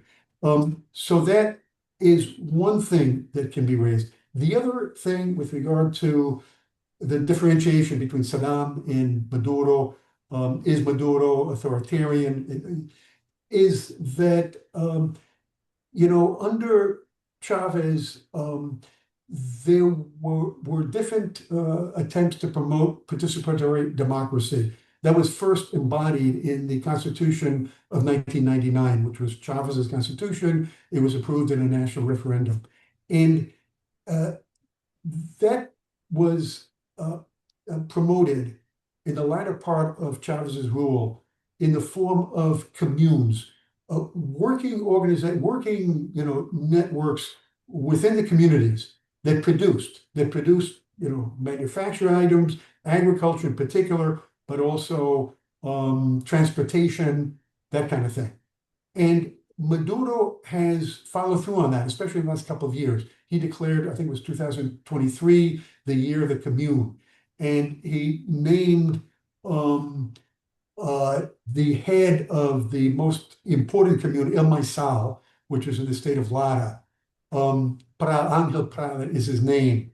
And, when you talk about authoritarianism, here's a guy who clashed with the Maduro party, the PSUV, in his state. He ran for office, and the Chavez people at first didn't want to recognize his candidacy. But the fact of the matter is that they ended up recognizing he was elected mayor, and then Maduro named him minister of the communes. So there are a lot of specifics that you can get into to refute the notion that Maduro is another Saddam. And that, incidentally, is a position that the Communist Party of Venezuela holds. They're very anti-Maduro. And they state that Maduro and Corina Machado are, one and the same. I mean, they might not say it in those words, but they call Maduro a neoliberal, authoritarian, and a entreguista. He's delivered the country to U.S. Capitol. That's not true. In my opinion, it's not true at all. I've written about this, and I'd be glad to share my writing with people. But that's not true. And I think that in any conversation with somebody who, once, asks about whether Maduro is repressive, whether he's authoritarian, I think these specifics can be raised.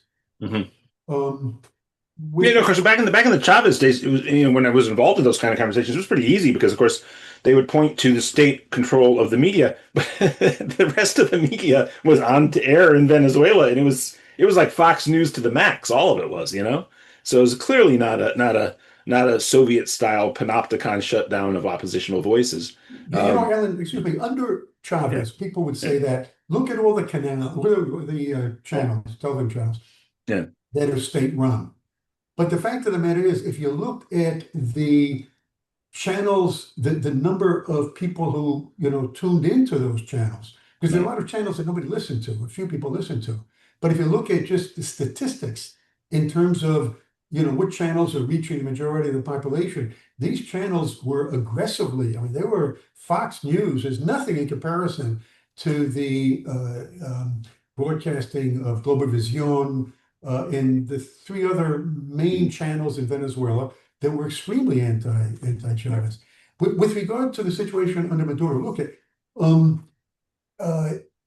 to call Venezuela authoritarian. The fact of the matter is that there is an opposition in Venezuela. As a matter of fact, the opposition of Maria Corina Machado is now divided. And one of the key figures in the opposition, Enrique Capriles, who is a presidential candidate against Chavez in 2012 and against Maduro the following year after Chavez passed away, and Rosales, who was the main presidential candidate of the opposition against Chavez in 2006. These guys are participating in electoral politics. And Capriles is promoting the idea that Maduro is also promoting. We need a national dialogue in a broad front in order to face U.S. aggression against Venezuela. Capriles has broken completely with Maria Corina Machado, and he was elected to the National Assembly, a position that he's going to assume now in January. So that when you say that Venezuela's authoritarian, look, let's compare Venezuela with Saudi Arabia, who's our ally. But there's no comparison at all if you want to look at it in terms of, democracy and authoritarianism. Well, we should go to the questions in the stack. The things. Obviously, Cuba would be to refocus on Cuba. Are they unable to do that with the blockade happening militarily? That may be the case. I don't know about the capacity of the United States military potentially in the Caribbean to be expanded. It would seem to have to be expanded massively to address Cuba. But that certainly seems to be on the horizon, and there even seems to be a degree to which the Trump administration, I'm assuming under Rubio's guidances, are now starting to turn the attention there. And so the one stray thing is just this current president of Venezuela and the way she's working with the Trump administration. Are you confident that there's a way in which she can navigate this territory such that the current government stays in place for the foreseeable future, and maybe the situation decompresses to a degree, or is this just going to be, well, what's your sense? Especially, this is just such an unexpected thing to have. I believe Delcy Rodriguez is her name, now having to work an hour by hour basis with Rubio, Trump, and their crew. Well, I don't know whether she's going to be able to navigate this situation, but what I can say is that this is what she's attempting to do. And the narrative that's coming out of the right, the Miami Herald began this line, and some people in the left in Europe in particular are saying the same thing, basically. The Miami Herald said that she betrayed Maduro, that she negotiated with Trump. And some people on the left, different, I guess, Trotskyist groups, I'm not familiar with the political orientation of some of them, but Tariq Ali is one of them, a person I respect a lot, has insinuated this at least, that she is a technocrat and that she is willing to make concessions, major concessions, and play along with Trump. I don't see it that way at all. Firstly, there's absolutely no proof that she was negotiating with Trump prior to Maduro's capture. Or if there was negotiations, they were negotiations with regard to economics, with regard to oil investments and that kind of thing. But she is really, I mean, you can't call her a technocrat. She's very, maybe, you know, she is not as openly political as somebody like Maduro, but she's definitely committed to the cause. I mean, if you know anything about her, Yeah. her background, the fact that her father was a leading leftist who was captured, who was jailed, tortured to death. He was killed, and he was killed as a result of the torture back in 1976. This is her background. She's always been quite consistent in her commitment to leftist goals and leftist commitments. So what she's doing, I believe, is the same thing that Maduro was doing as well, and the same thing that Maduro would have done had he not been captured. And that is, she's trying to reach some kind of agreement. She's willing to make some concessions to Trump. And incidentally, this is what the entire progressive government, all the progressive governments are doing in Latin America. This is what Scheinbaum is doing. This is what Lula is doing. There's a comparison that's being made between Lula and Scheinbaum because Lula is firmer. His statements are much more definitive than Scheinbaum. But that's because of the situation in Mexico. Mexico is much more dependent economically in the United States. Brazil is much more tied to China economically. But the fact of the matter is that all these leaders know, firstly, that Trump is extremely personalistic, extremely fickle, and that any word that you use might be interpreted the wrong way. It might be used against your country. So she's being, very discreet in her dealings with Trump. But Trump is insisting on things that I don't think that she will accept. Now, I don't know whether there's going to be some kind of, the best case scenario, I guess, would be that they reach some kind of agreement because Trump has demonstrated, I mean, he talks a lot about he's the transactional president, and it might be, and you can't blame Delcy for attempting to achieve this, some kind of, a few concessions on both sides. But Trump's, end game is to transform the cabinet completely. First, he's insisted on removing advisors from Iran, Russia, China, and Cuba. And then he's going to go after different cabinet members. And Diosdado Cabello will certainly be on the list, as will the Minister of Defense. Right. So that this is what's at play. I, believe that she is trying to do this to see what will happen. If it doesn't work, I think that a second scenario would be that the blockade will continue. Venezuela will have to try to get through that blockade, through these ghost fleets. And so the situation will revert to what it was prior to the capture of Maduro. Mm. Thank you so much. Hey, we'll get a long stack with some great people with questions. And first up is Dorothy Wright. Dorothy, again, Dorothy and I were on last week honoring Howie Klein, who tragically passed away a few weeks ago, friend to all of us on the progressive left and American here at PDA. Dorothy, welcome, and please unmute, Dorothy. Hi, what a great interview. Thank you so much. Just want to say, yeah, I obviously saw the revolution will not be televised. The great Margaret Prescott was giving that as for a donation to KPFK 20 years ago. So I just want to point out what I don't know if you mentioned it, that, they keep referring to the golden age of Venezuela before Chavez. And before Chavez, the Venezuelan people were in poverty. 20% were doing okay. The other 80% were either in poverty or in extreme poverty. And according to an interview I heard on Democracy Now!, they've started communes, and they're growing more of their own food. They're producing more of their own medicine, and Venezuela is becoming much more self-sufficient and not dependent on the United States and other countries. And I was wondering if you could comment on that. Thank you. Yes. This is what I was saying before with regard to the gradual recovery of the Venezuelan economy. The first couple of years after Trump imposed these sanctions in 2017 and then recognized this shadow government of Juan Guaido in 2019, the economic situation was just dire, and the production of oil had declined to about 400,000 barrels a day.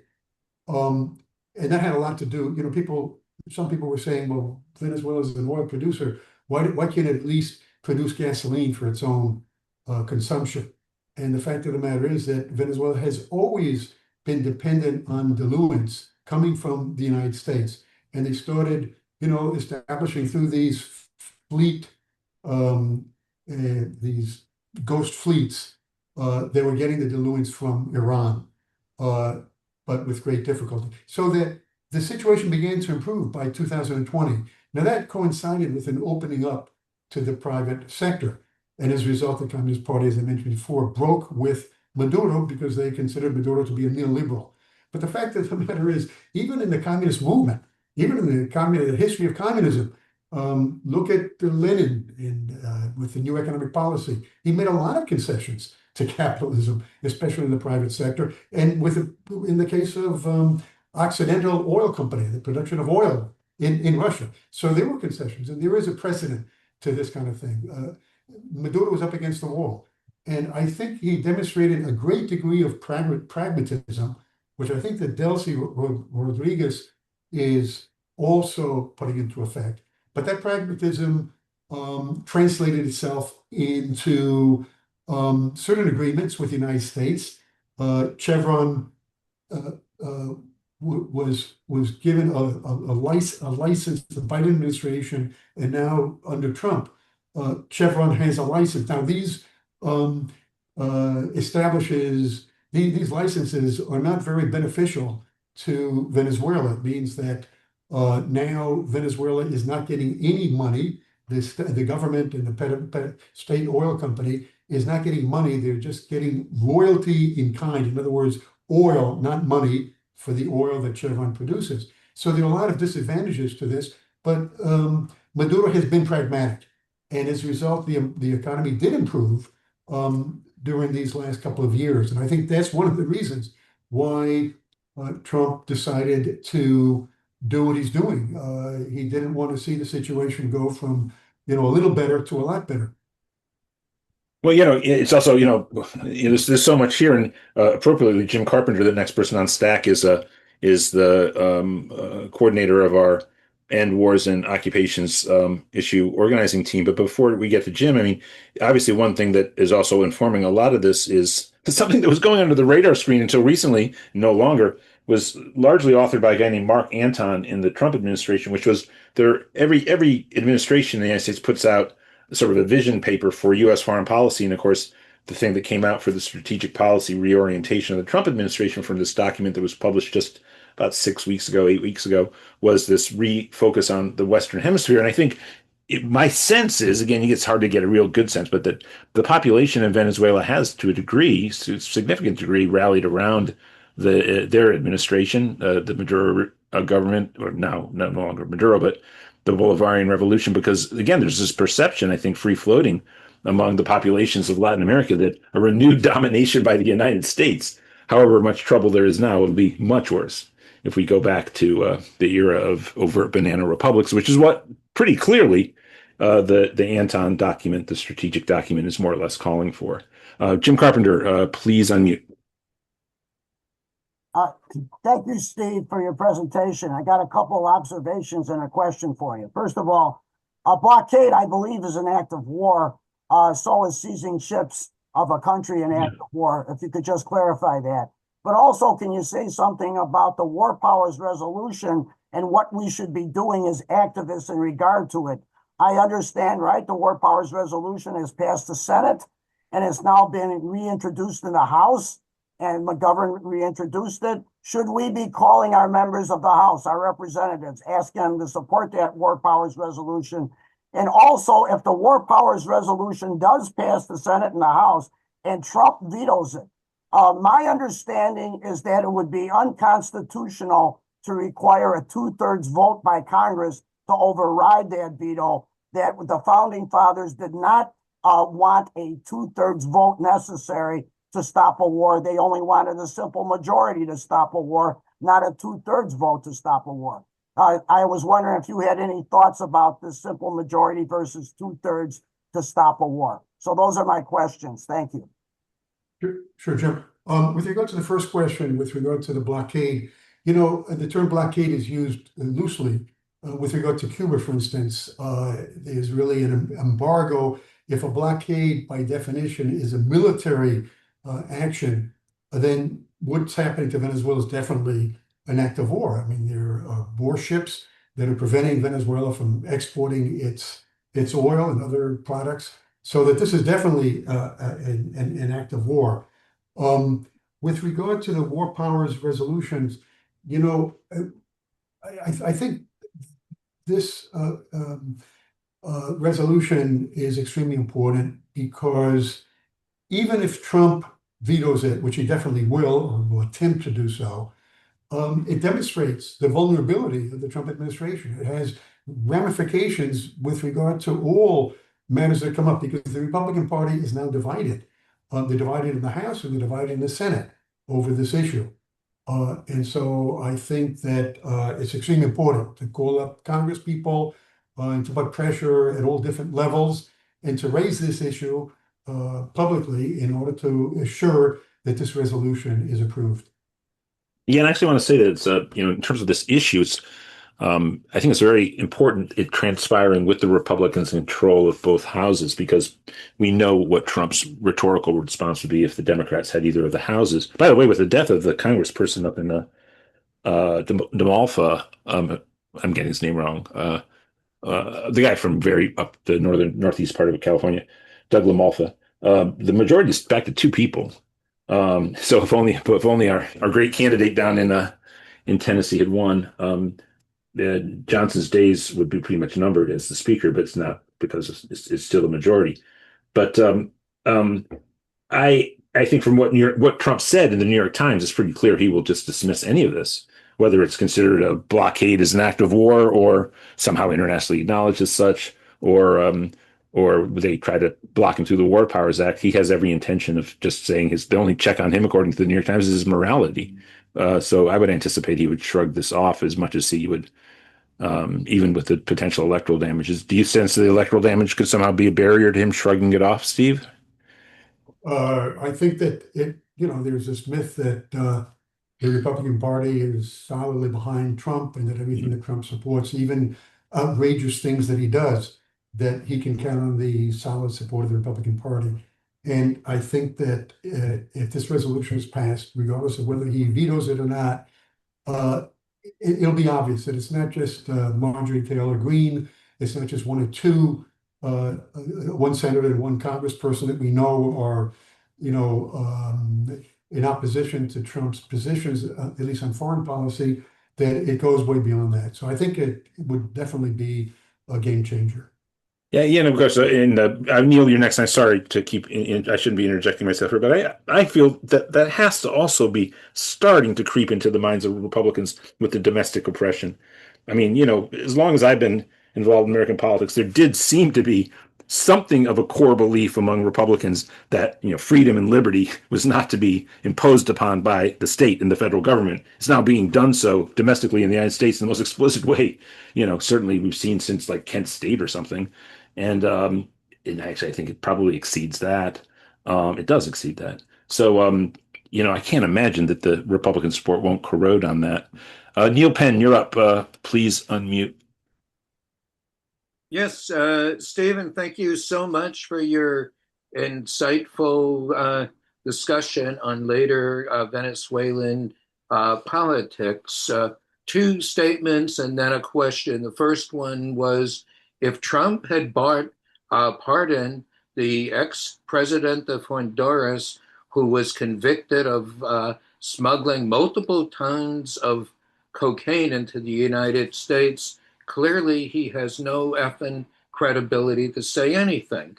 Secondly, based on the war in Iraq, where the New York Times was echoing there's weapons of mass destructions, despite UN inspectors saying there's no evidence of this.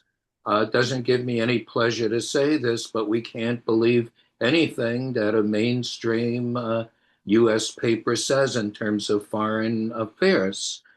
Now to the question. Question one seems to me that the trouble that Venezuela had with the United States started with Chávez's deeply humanistic policy of, rather than allowing countries in Latin America who wanted to do developmental projects being subject to the loan sharking of the World Bank and the International Monetary Fund, he was offering loans to uplift the human condition. That's my first question is, do you think that's a flashpoint for this? The second is, in recent years, the BRIC Economic Coalition seemed to be trying to challenge the U.S. stranglehold on countries. And to what extent is that going to keep Venezuela and other developing countries from being stranglehold held by U.S. imperialism, who thinks that the crime of a developing country is they have the audacity to think the resources of their country are supposed to be used for the uplifting of the quality life of their citizens rather than for the greed of illegitimate U.S. corporations. Thank you, Neil. Thanks. Thank you. Great questions. Yeah, Gil, with regard to your first question, that was one of several flash points with regard to Chavez in the early years. I would say that really what raised a red flag in Washington in a big way, because they were suspicious of him, from the very beginning.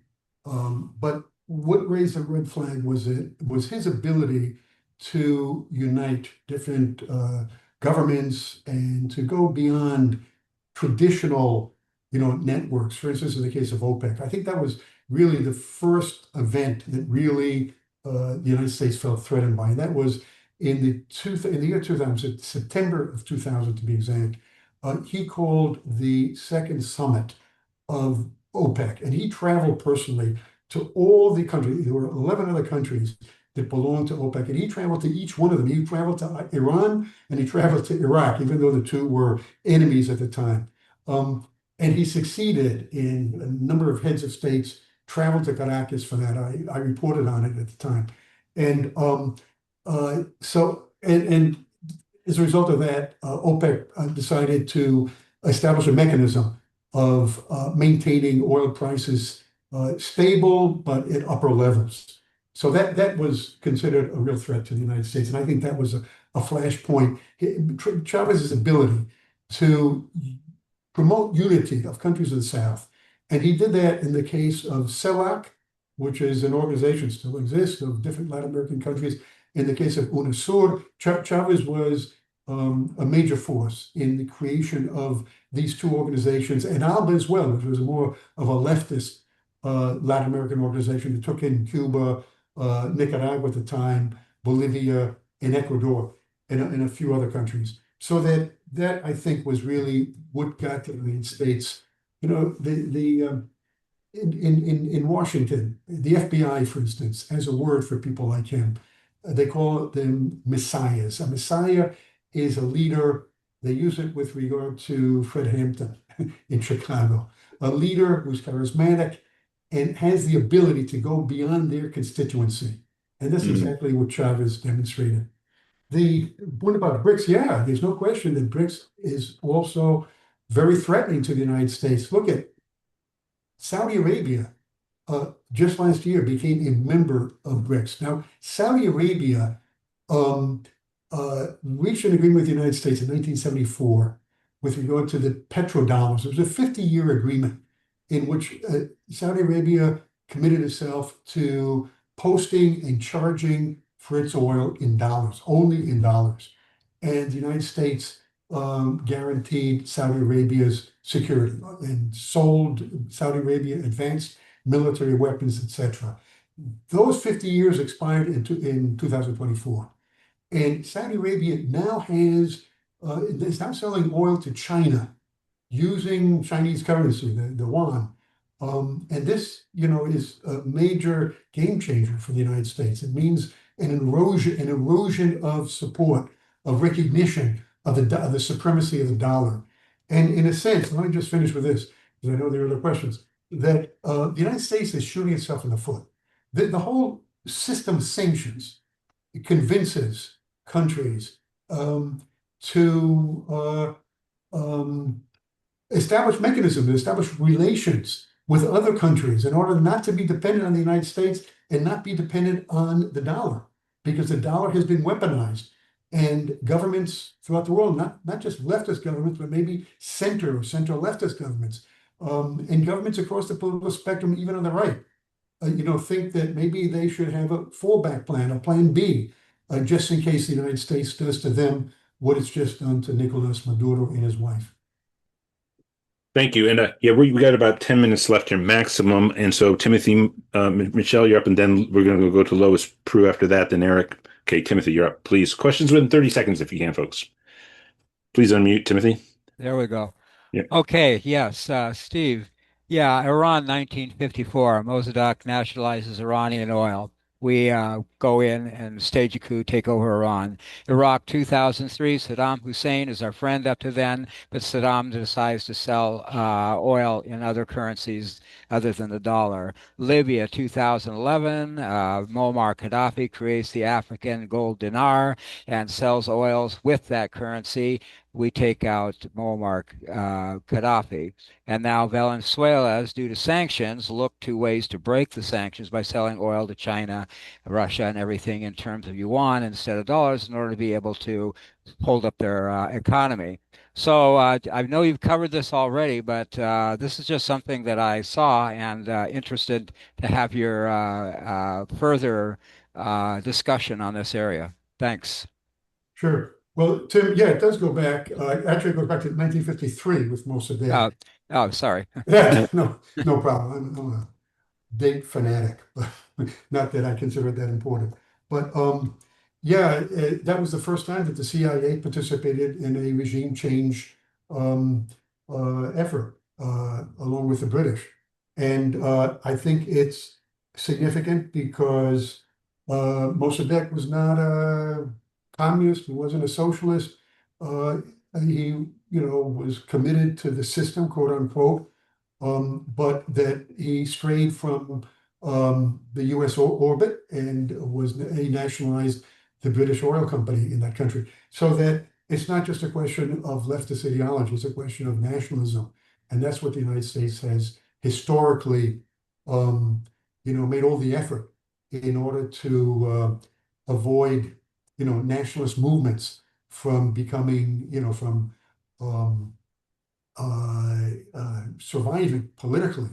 And I think that in the case of Venezuela, I think other Latin American countries are realizing that it's not just about socialism, which Chavez and Maduro are committed to, even though Venezuela is hardly a socialist country.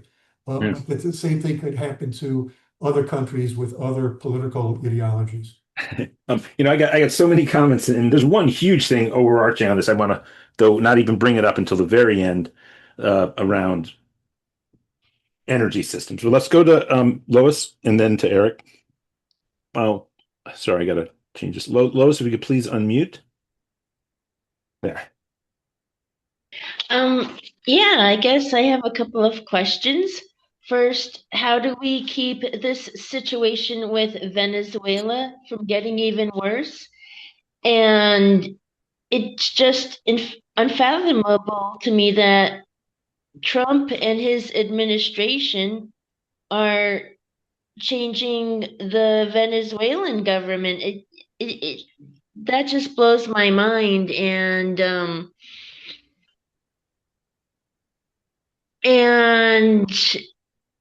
yeah, that's it. Yeah, the rhetoric that's coming out of Washington, Trump and Lindsey Graham just said something along the same lines. The language is that of a mobster boss. And that's not being lost on Latin Americans. Let's not even talk about Latin American political leaders and governments. I mean, just the people. The people see that. There is no support in Latin America for the Monroe Doctrine. And the proof of that is that cuts across the political spectrum. The right that is pro-US, the right that is pro-Trump, they don't even use the term Monroe Doctrine, at least not that I know of.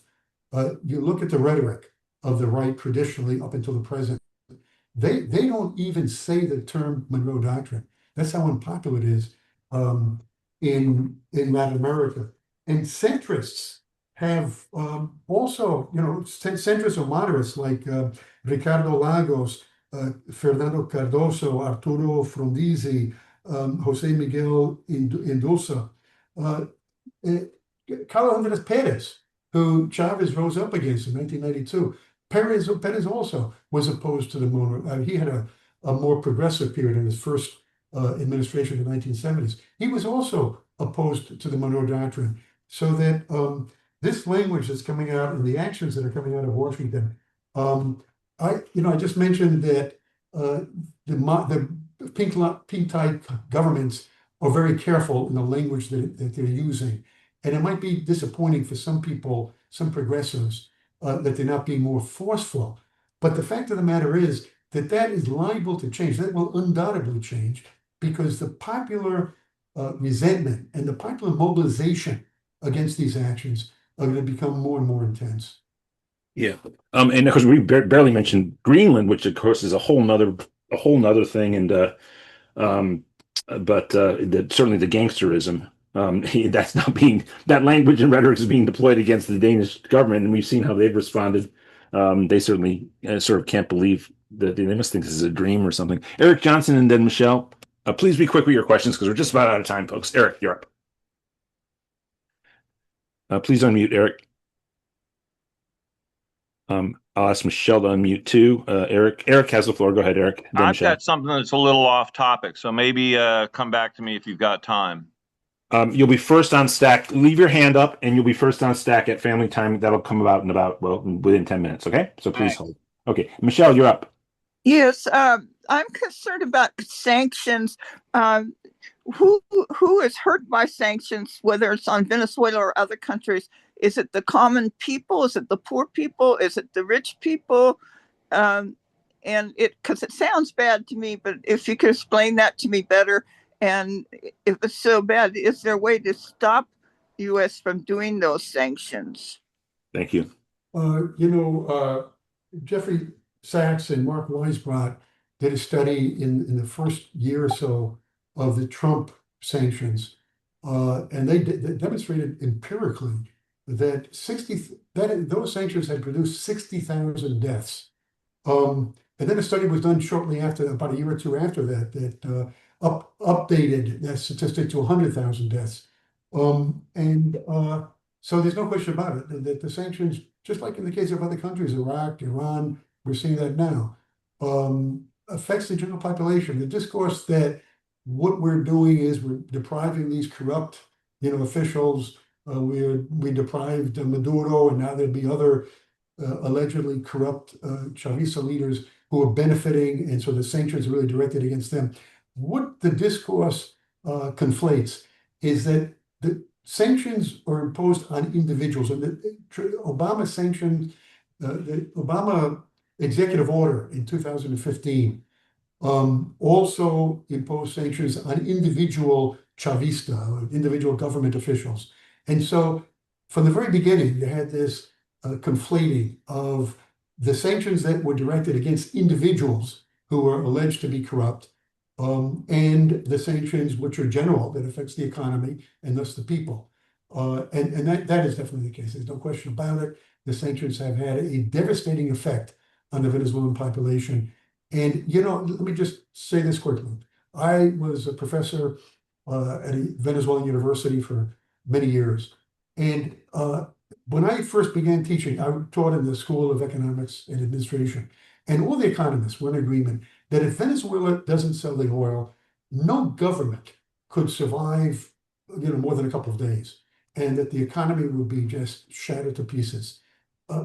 All the economists said that, and everybody in Venezuela recognizes that, and now they recognize that as a fact because they're being affected, personally by these sanctions. So really, there's really very little in the way of differences among people as to what the effects of these sanctions are.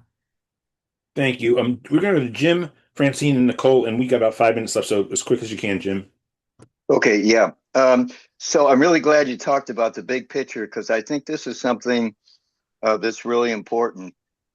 It's not just getting oil to the poor Latin American countries, but also providing oil to China and Russia, which the ruling class in this country wants to stop, but they can't be real public about it. So they sort of created this issue around drugs and all these other kind of assertions to cover up their real plan. Your comment on that. Second of all, Paulo Carabobo, who's a former Venezuelan general, was arrested, pleaded guilty. He's doing 50 years.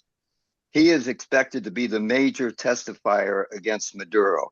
Do you know anything about that? Is that going to be problematic? And do we on the left have to be able to explain anything around that? Thank you. Yes. Okay. With regard to China, there's a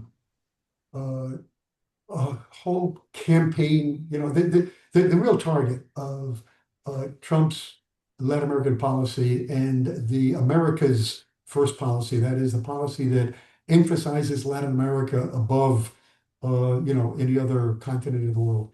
The real target is China, not even Russia, but China. And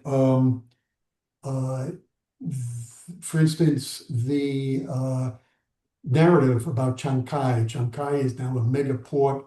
It's going to be the major port on the Pacific and the western coast of South America and Peru. And the narrative coming out of think tanks in Washington, right-wing think tanks, which the Trump administration relies on, is that the Chinese are going to be able to establish a naval base. They're going to be able to carry out espionage from Chancay, and so it represents a threat to U.S. national security. And so that, the term U.S. national security, that was always a concern. But under the first Trump administration, that became a major argument, that the threat from China is one of national security. And so that has to be opposed at all costs. With regard to the military official who's going to testify. The main witness against Chavez is going to be this guy, Hugo Carvajal. He's known as El Conejo, the rabbit Carvajal. That's what he's referred to in Venezuela. Well, he is facing a life sentence, not just 50 years for him is life. But he's facing a life sentence. And this is obviously a plea bargain. Everybody knows that's going to be the case. I mean, anybody who's up against a sentence like that and testifies in favor of the Trump administration. The Trump administration has weaponized judicial proceedings. We all know that. So obviously, anything that he says is suspect. And I think anybody who raises this point in a conversation, that's got to be the answer. That's going to be the reply. Okay, so Nicole, you're up, and then I'll wrap with a question or two, and then we'll be done. Nicole, please unmute. Hi, thank you. Thank Talking about our foreign policy, I think that the Democrats need to craft a different foreign policy that include human rights activists from both the right and the left, and not just keep making the same mistake of handing the Democratic, Latino, and Asian votes to the Republican, like President Obama did with Florida because of Cuba. It is not war that is incompatible with democracy. It is the presence of those dictators at the helm of their countries. And Lev Parmas revealed recently that he and Giuliani went to Trump during the first term and proposed that Chavez organize free and fair elections and then step down, and then the U.S. would let him keep his millions and come and stay in the United States. But the advisor at the time, Bolton, said absolutely not. So when you really think about it, we let Ferdinand Marcos do just that. And regarding the opposition leader being able to prove that she got 90% of the votes, that's a sign that the election was free and fair, if anything at all. Well, thank you for your question, and if you could wrap, I certainly disagree with a few things you said, but go ahead, Steve. Just that, sure, dictator. I don't think there's any real difference between the two of us.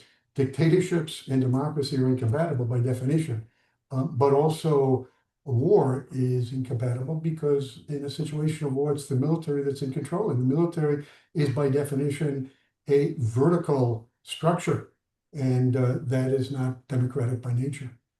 Yeah, and I think also a big difference between Marcos and Maduro.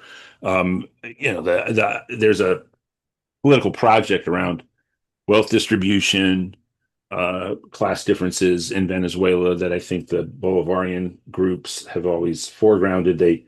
Therefore, unlike Marcos, they're not just about maintaining their personal wealth. And that actually goes to one of my two final questions. One stray thing that's left here, and this pertains to what the previous questioner before Nicole asked around everybody remember that Eric Johnson's on top of the stack because I see his hands down, so let's keep his name at the top of the stack. Okay, the money. There's a money would eventually up in the pockets of Nicolás Maduro. What I understand is true is that on the Colombian Venezuelan border, yes, some of the sort of guerrilla organizations, the ELN, maybe the FARC, I don't know, they move into Venezuela to sort of shelter themselves from the Colombian military at times.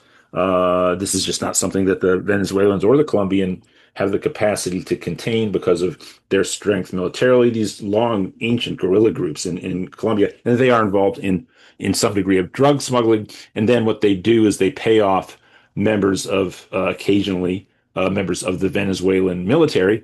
And maybe some of that then gets channeled through some kind of passage to Venezuela. But let's leave that aside. The point being that then what's assumed is that Maduro's pockets, and there's little more than that accusation that actually holds water.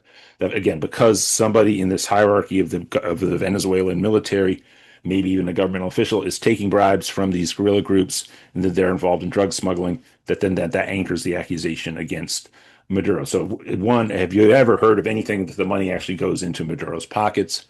I haven't. I don't know, but I haven't followed it that closely.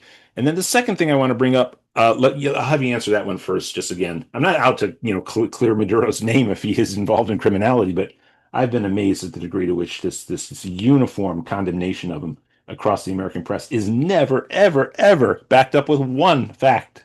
It's just stated. Go ahead. Yeah, and not only is it not backed up by one fact, but also in a judicial context. In the case of this trial that Maduro and Flores is going to be subject to, the Trump administration is going to have to provide proof. Now, one Orlando Hernandez, his trial, he was accused of basically the same thing that Maduro is being accused of, I mean, he wasn't hitting a cartel. He was in cahoots with the drug kingpins and the Mexican cartels. But there was a video. There was a video in which he stated that we are sending drugs to the United States. And he said all kinds of things, pejorative things about the United States. And it was evident that he was somewhat vindictive with regard to the United States, but that he was involved in drugs. There was a video that demonstrated that. And for that reason, he got 45 years. Right. Unless the Trump administration, unless the Department of Justice can come up with something like that, and they won't be able to, because that kind of thing doesn't exist, they won't have any case at all against Maduro. The second thing is, and I know this is crazy to bring up at the end here, but okay, look, we are, and I am completely committed to the necessity, because of what science tells us, and I accept the science, and PDA officially accepts the science, that we need to cease fossil fuel production. I, of course, throughout this conversation, right, I think we all get caught up in the reality of the state of Venezuela. As you said, there's an awareness among the economists going back to the mid-70s that the state, as it is operating at the economic plane that it's operating at the time, there is no path forward to maintain that other than the maintenance and expansion of oil production. In fact, a dirty type of oil. And, then even Cuba's dependence on the oil. Cuba doesn't produce oil itself. It's dependent on the oil from Venezuela to keep its energy systems going. At which point, especially when you get to Cuba, again, I think this is something that environmentalists really need to anchor down and clarify for the world. Because, I speak to, like, when I can get in conversations with them, like right-wingers who oppose the environmental movement and call for the end of fossil fuels. And they will just say to me in a way that somehow is not addressed by the activist left, the left across the world. They just say, no, the world is run on oil. There's not capacity yet for renewable energies to maintain our energy systems. You will have a world that will decline down into a state of just less general prosperity because oil's required. And you can see the world's governments now, with Trump back in power, just dropping any facade about building up environmental renewable energy systems. Germany remains vulnerable because they dropped nuclear and they claim they would have reliance upon green energy, but then they become incredibly vulnerable to Putin cutting off the gas supply, albeit gas, not hard, dirty oil. So certainly, and that's the thing is, my understanding is that the green energy systems, there's certain things they can't do yet. They can't raise to a height of power that can bend steel, and therefore steel production is still reliant upon either nuclear or fossil fuels. But that's not what becomes. Certainly, the people who are overseeing contemporary states around the world, from China through Germany now, still seem to be acting as if they need fossil fuels to maintain a modern industrial society. And I'm going to dive back into this because I want to be able to show the world that that's not true. So maybe in the next week or so, I'll talk to our friends at Food and Water Watch. They're adamant that that's not the case. And I believe them. I don't think they're lying, and that it's the transition that's so difficult. And there are questions about battery storage capacity and how you keep the energy grid alive. But I mean, if the worst case scenario is you do still have to have a little bit of fossil fuels as a backup to make sure that when the batteries run out in a national energy system, you just switch over to that. That's the damage being done there would be infinitesimal to what we have now. So, it sticks in the throat to be finding ourselves advocating for the amping up of Venezuelan fossil fuel production, due to the desire for them to have their political autonomy, to be free of this oppressiveness from the United States and others.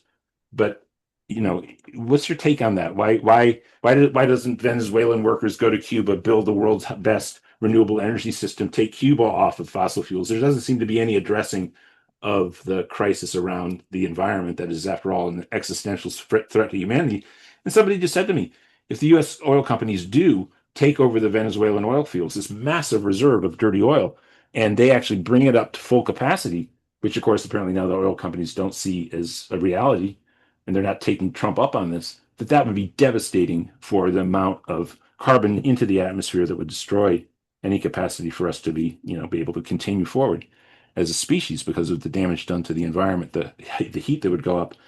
Yeah, your take on all of that. I mean, I know that Chavez had some when he, a very inspirational leader and could cover so many subjects so inspirationally, he would talk about the environment and the need to move over to green energy systems. But it hasn't been the reality in Venezuela. And what's your thoughts on how to address that? Because sooner or later, environmentalists are going to speak up on this, and I'm going to support them in speaking up on this. Go ahead. Well, my answer again, in a brief conversation with somebody who raises these concerns would be that the Chavista government, beginning with Chavez, not in the first 2 years, but right after that, beginning in 2001, Right. that Chavez and Maduro were up against the wall. The threat of regime change was so ongoing, was so steady from that 2002 coup up until now, that the options were limited. And that would be my response to the issue of fossil fuel. It would be my response to the issue of democracy and everything else. I mean, you really can't expect a country, a government that is facing the world's foremost military power, the most powerful country in the world, threatening regime change, promoting regime change by so many different means. You can't expect them to carry out on other proposals that they themselves embrace. Like you said, Chavez had a lot to say about global warming. So I would say that for that to become a reality, for us to make demands on a country of the global South, we have to guarantee that they have a degree of security and a degree of security.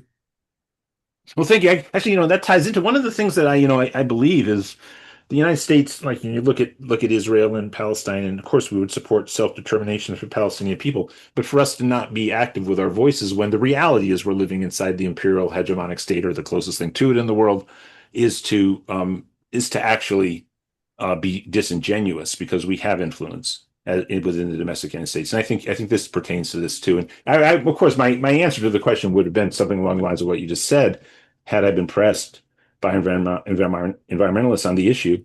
But I think it's really incumbent upon the United States, given our position of prominence, and of course we have incredible domestic problems here as well, including massive wealth inequality.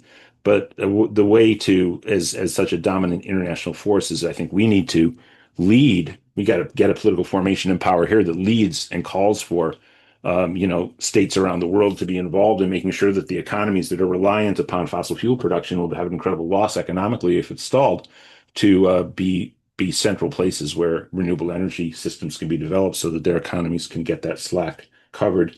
But that's on us. I agree. And the vulnerability of Venezuela is so pronounced. But it is something that certainly we'll try to tackle as we address it.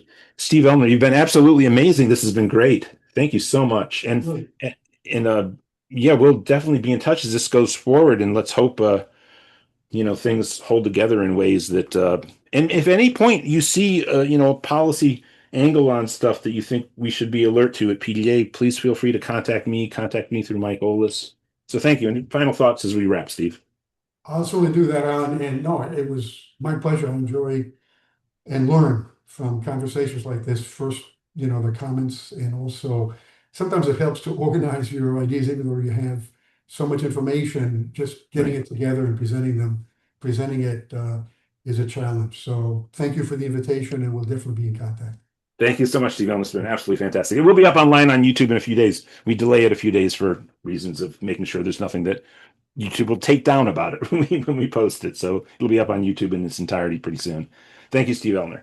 And obviously we'll be calling on Eric Johnson at the top of Family Time. We're going to go to Family Time. Look, I'd be remiss if I didn't say that, it's incredible dialogue with Steve Ellner about Venezuela. But I don't, in all of this, want to at least downplay what's going on domestically in this country. And this is an urgent moment. And in the coming days and weeks, we're going to be returning to, of course, having congressional candidates and other prominent progressives back on these town halls and general subjects. But we will definitely, over the next few days, as I'm sure everybody remaining on the call will be absolutely vigilant to what's transpiring domestically, what has happened, and the way that the Trump administration has responded to the murder in Minneapolis is one of the most overt threats to this remaining an open society, a free society where civil liberties, freedom of speech are respected. and that says nothing of the absolute cruelty towards the working class immigrant communities that are directly under siege due to ICE. So I did feel compelled to say that because it's something that, of course, we have to be vigilant about. William Walter, I can see you. Do you have a final thought before we wrap? And great to see you here still. That's quite a day off. You took 2 hours of focus. Yeah. Well, I'll tell you what, it's always fun to be with my PDA family. That is a day off for me. That is solidarity. That is camaraderie in action. And I love when we have such talented and knowledgeable guests able to join us here. It's interesting. It's interesting to hear these perspectives because that's how we grow as organizers. That's how we grow as people. And I think that's what really differentiates groups like us and people like us from, some of the particularly right-wing individuals who are really stuck in their established views, regardless of what the facts or the information around them tell them. And we're able to have these conversations because we are actually focused on goals that would improve the material conditions for the majority of not just our society, but for the world. And we're able to sit down and have these nuanced conversations because we actually have, a long-term goal in mind in comparison to, say, the Trump administration, who intentionally drive divisive issues and try to push culture war problems because they don't want to accomplish anything. They just want to keep everybody dumb and distracted. Well, hey, thank you so much. And I will talk to you in the next few days and apologize about your loss yesterday. That was a rough one. And yeah. Well, I'm going to wrap now and then make sure I stay on to get Eric's voice heard because he was very gracious in acknowledging that he had a different subject for the. So, William Walter, I thank you for being here. I want to thank Donna Smith, of course, Mike Fox, Hanya Jodat, and again, Steve Ellner, great scholar on the history of Venezuela. You can find his works online. I'm sure he's the author of Rethinking Venezuela is the name of the book, or Rethinking Venezuelan Politics, Class Conflicts and the Chavez Phenomenon from a few years ago. And with that, we will be back again next week with another PDA Town Hall. This is our Town Hall for January 11th, 2026. And stay with us because we're going over to family time.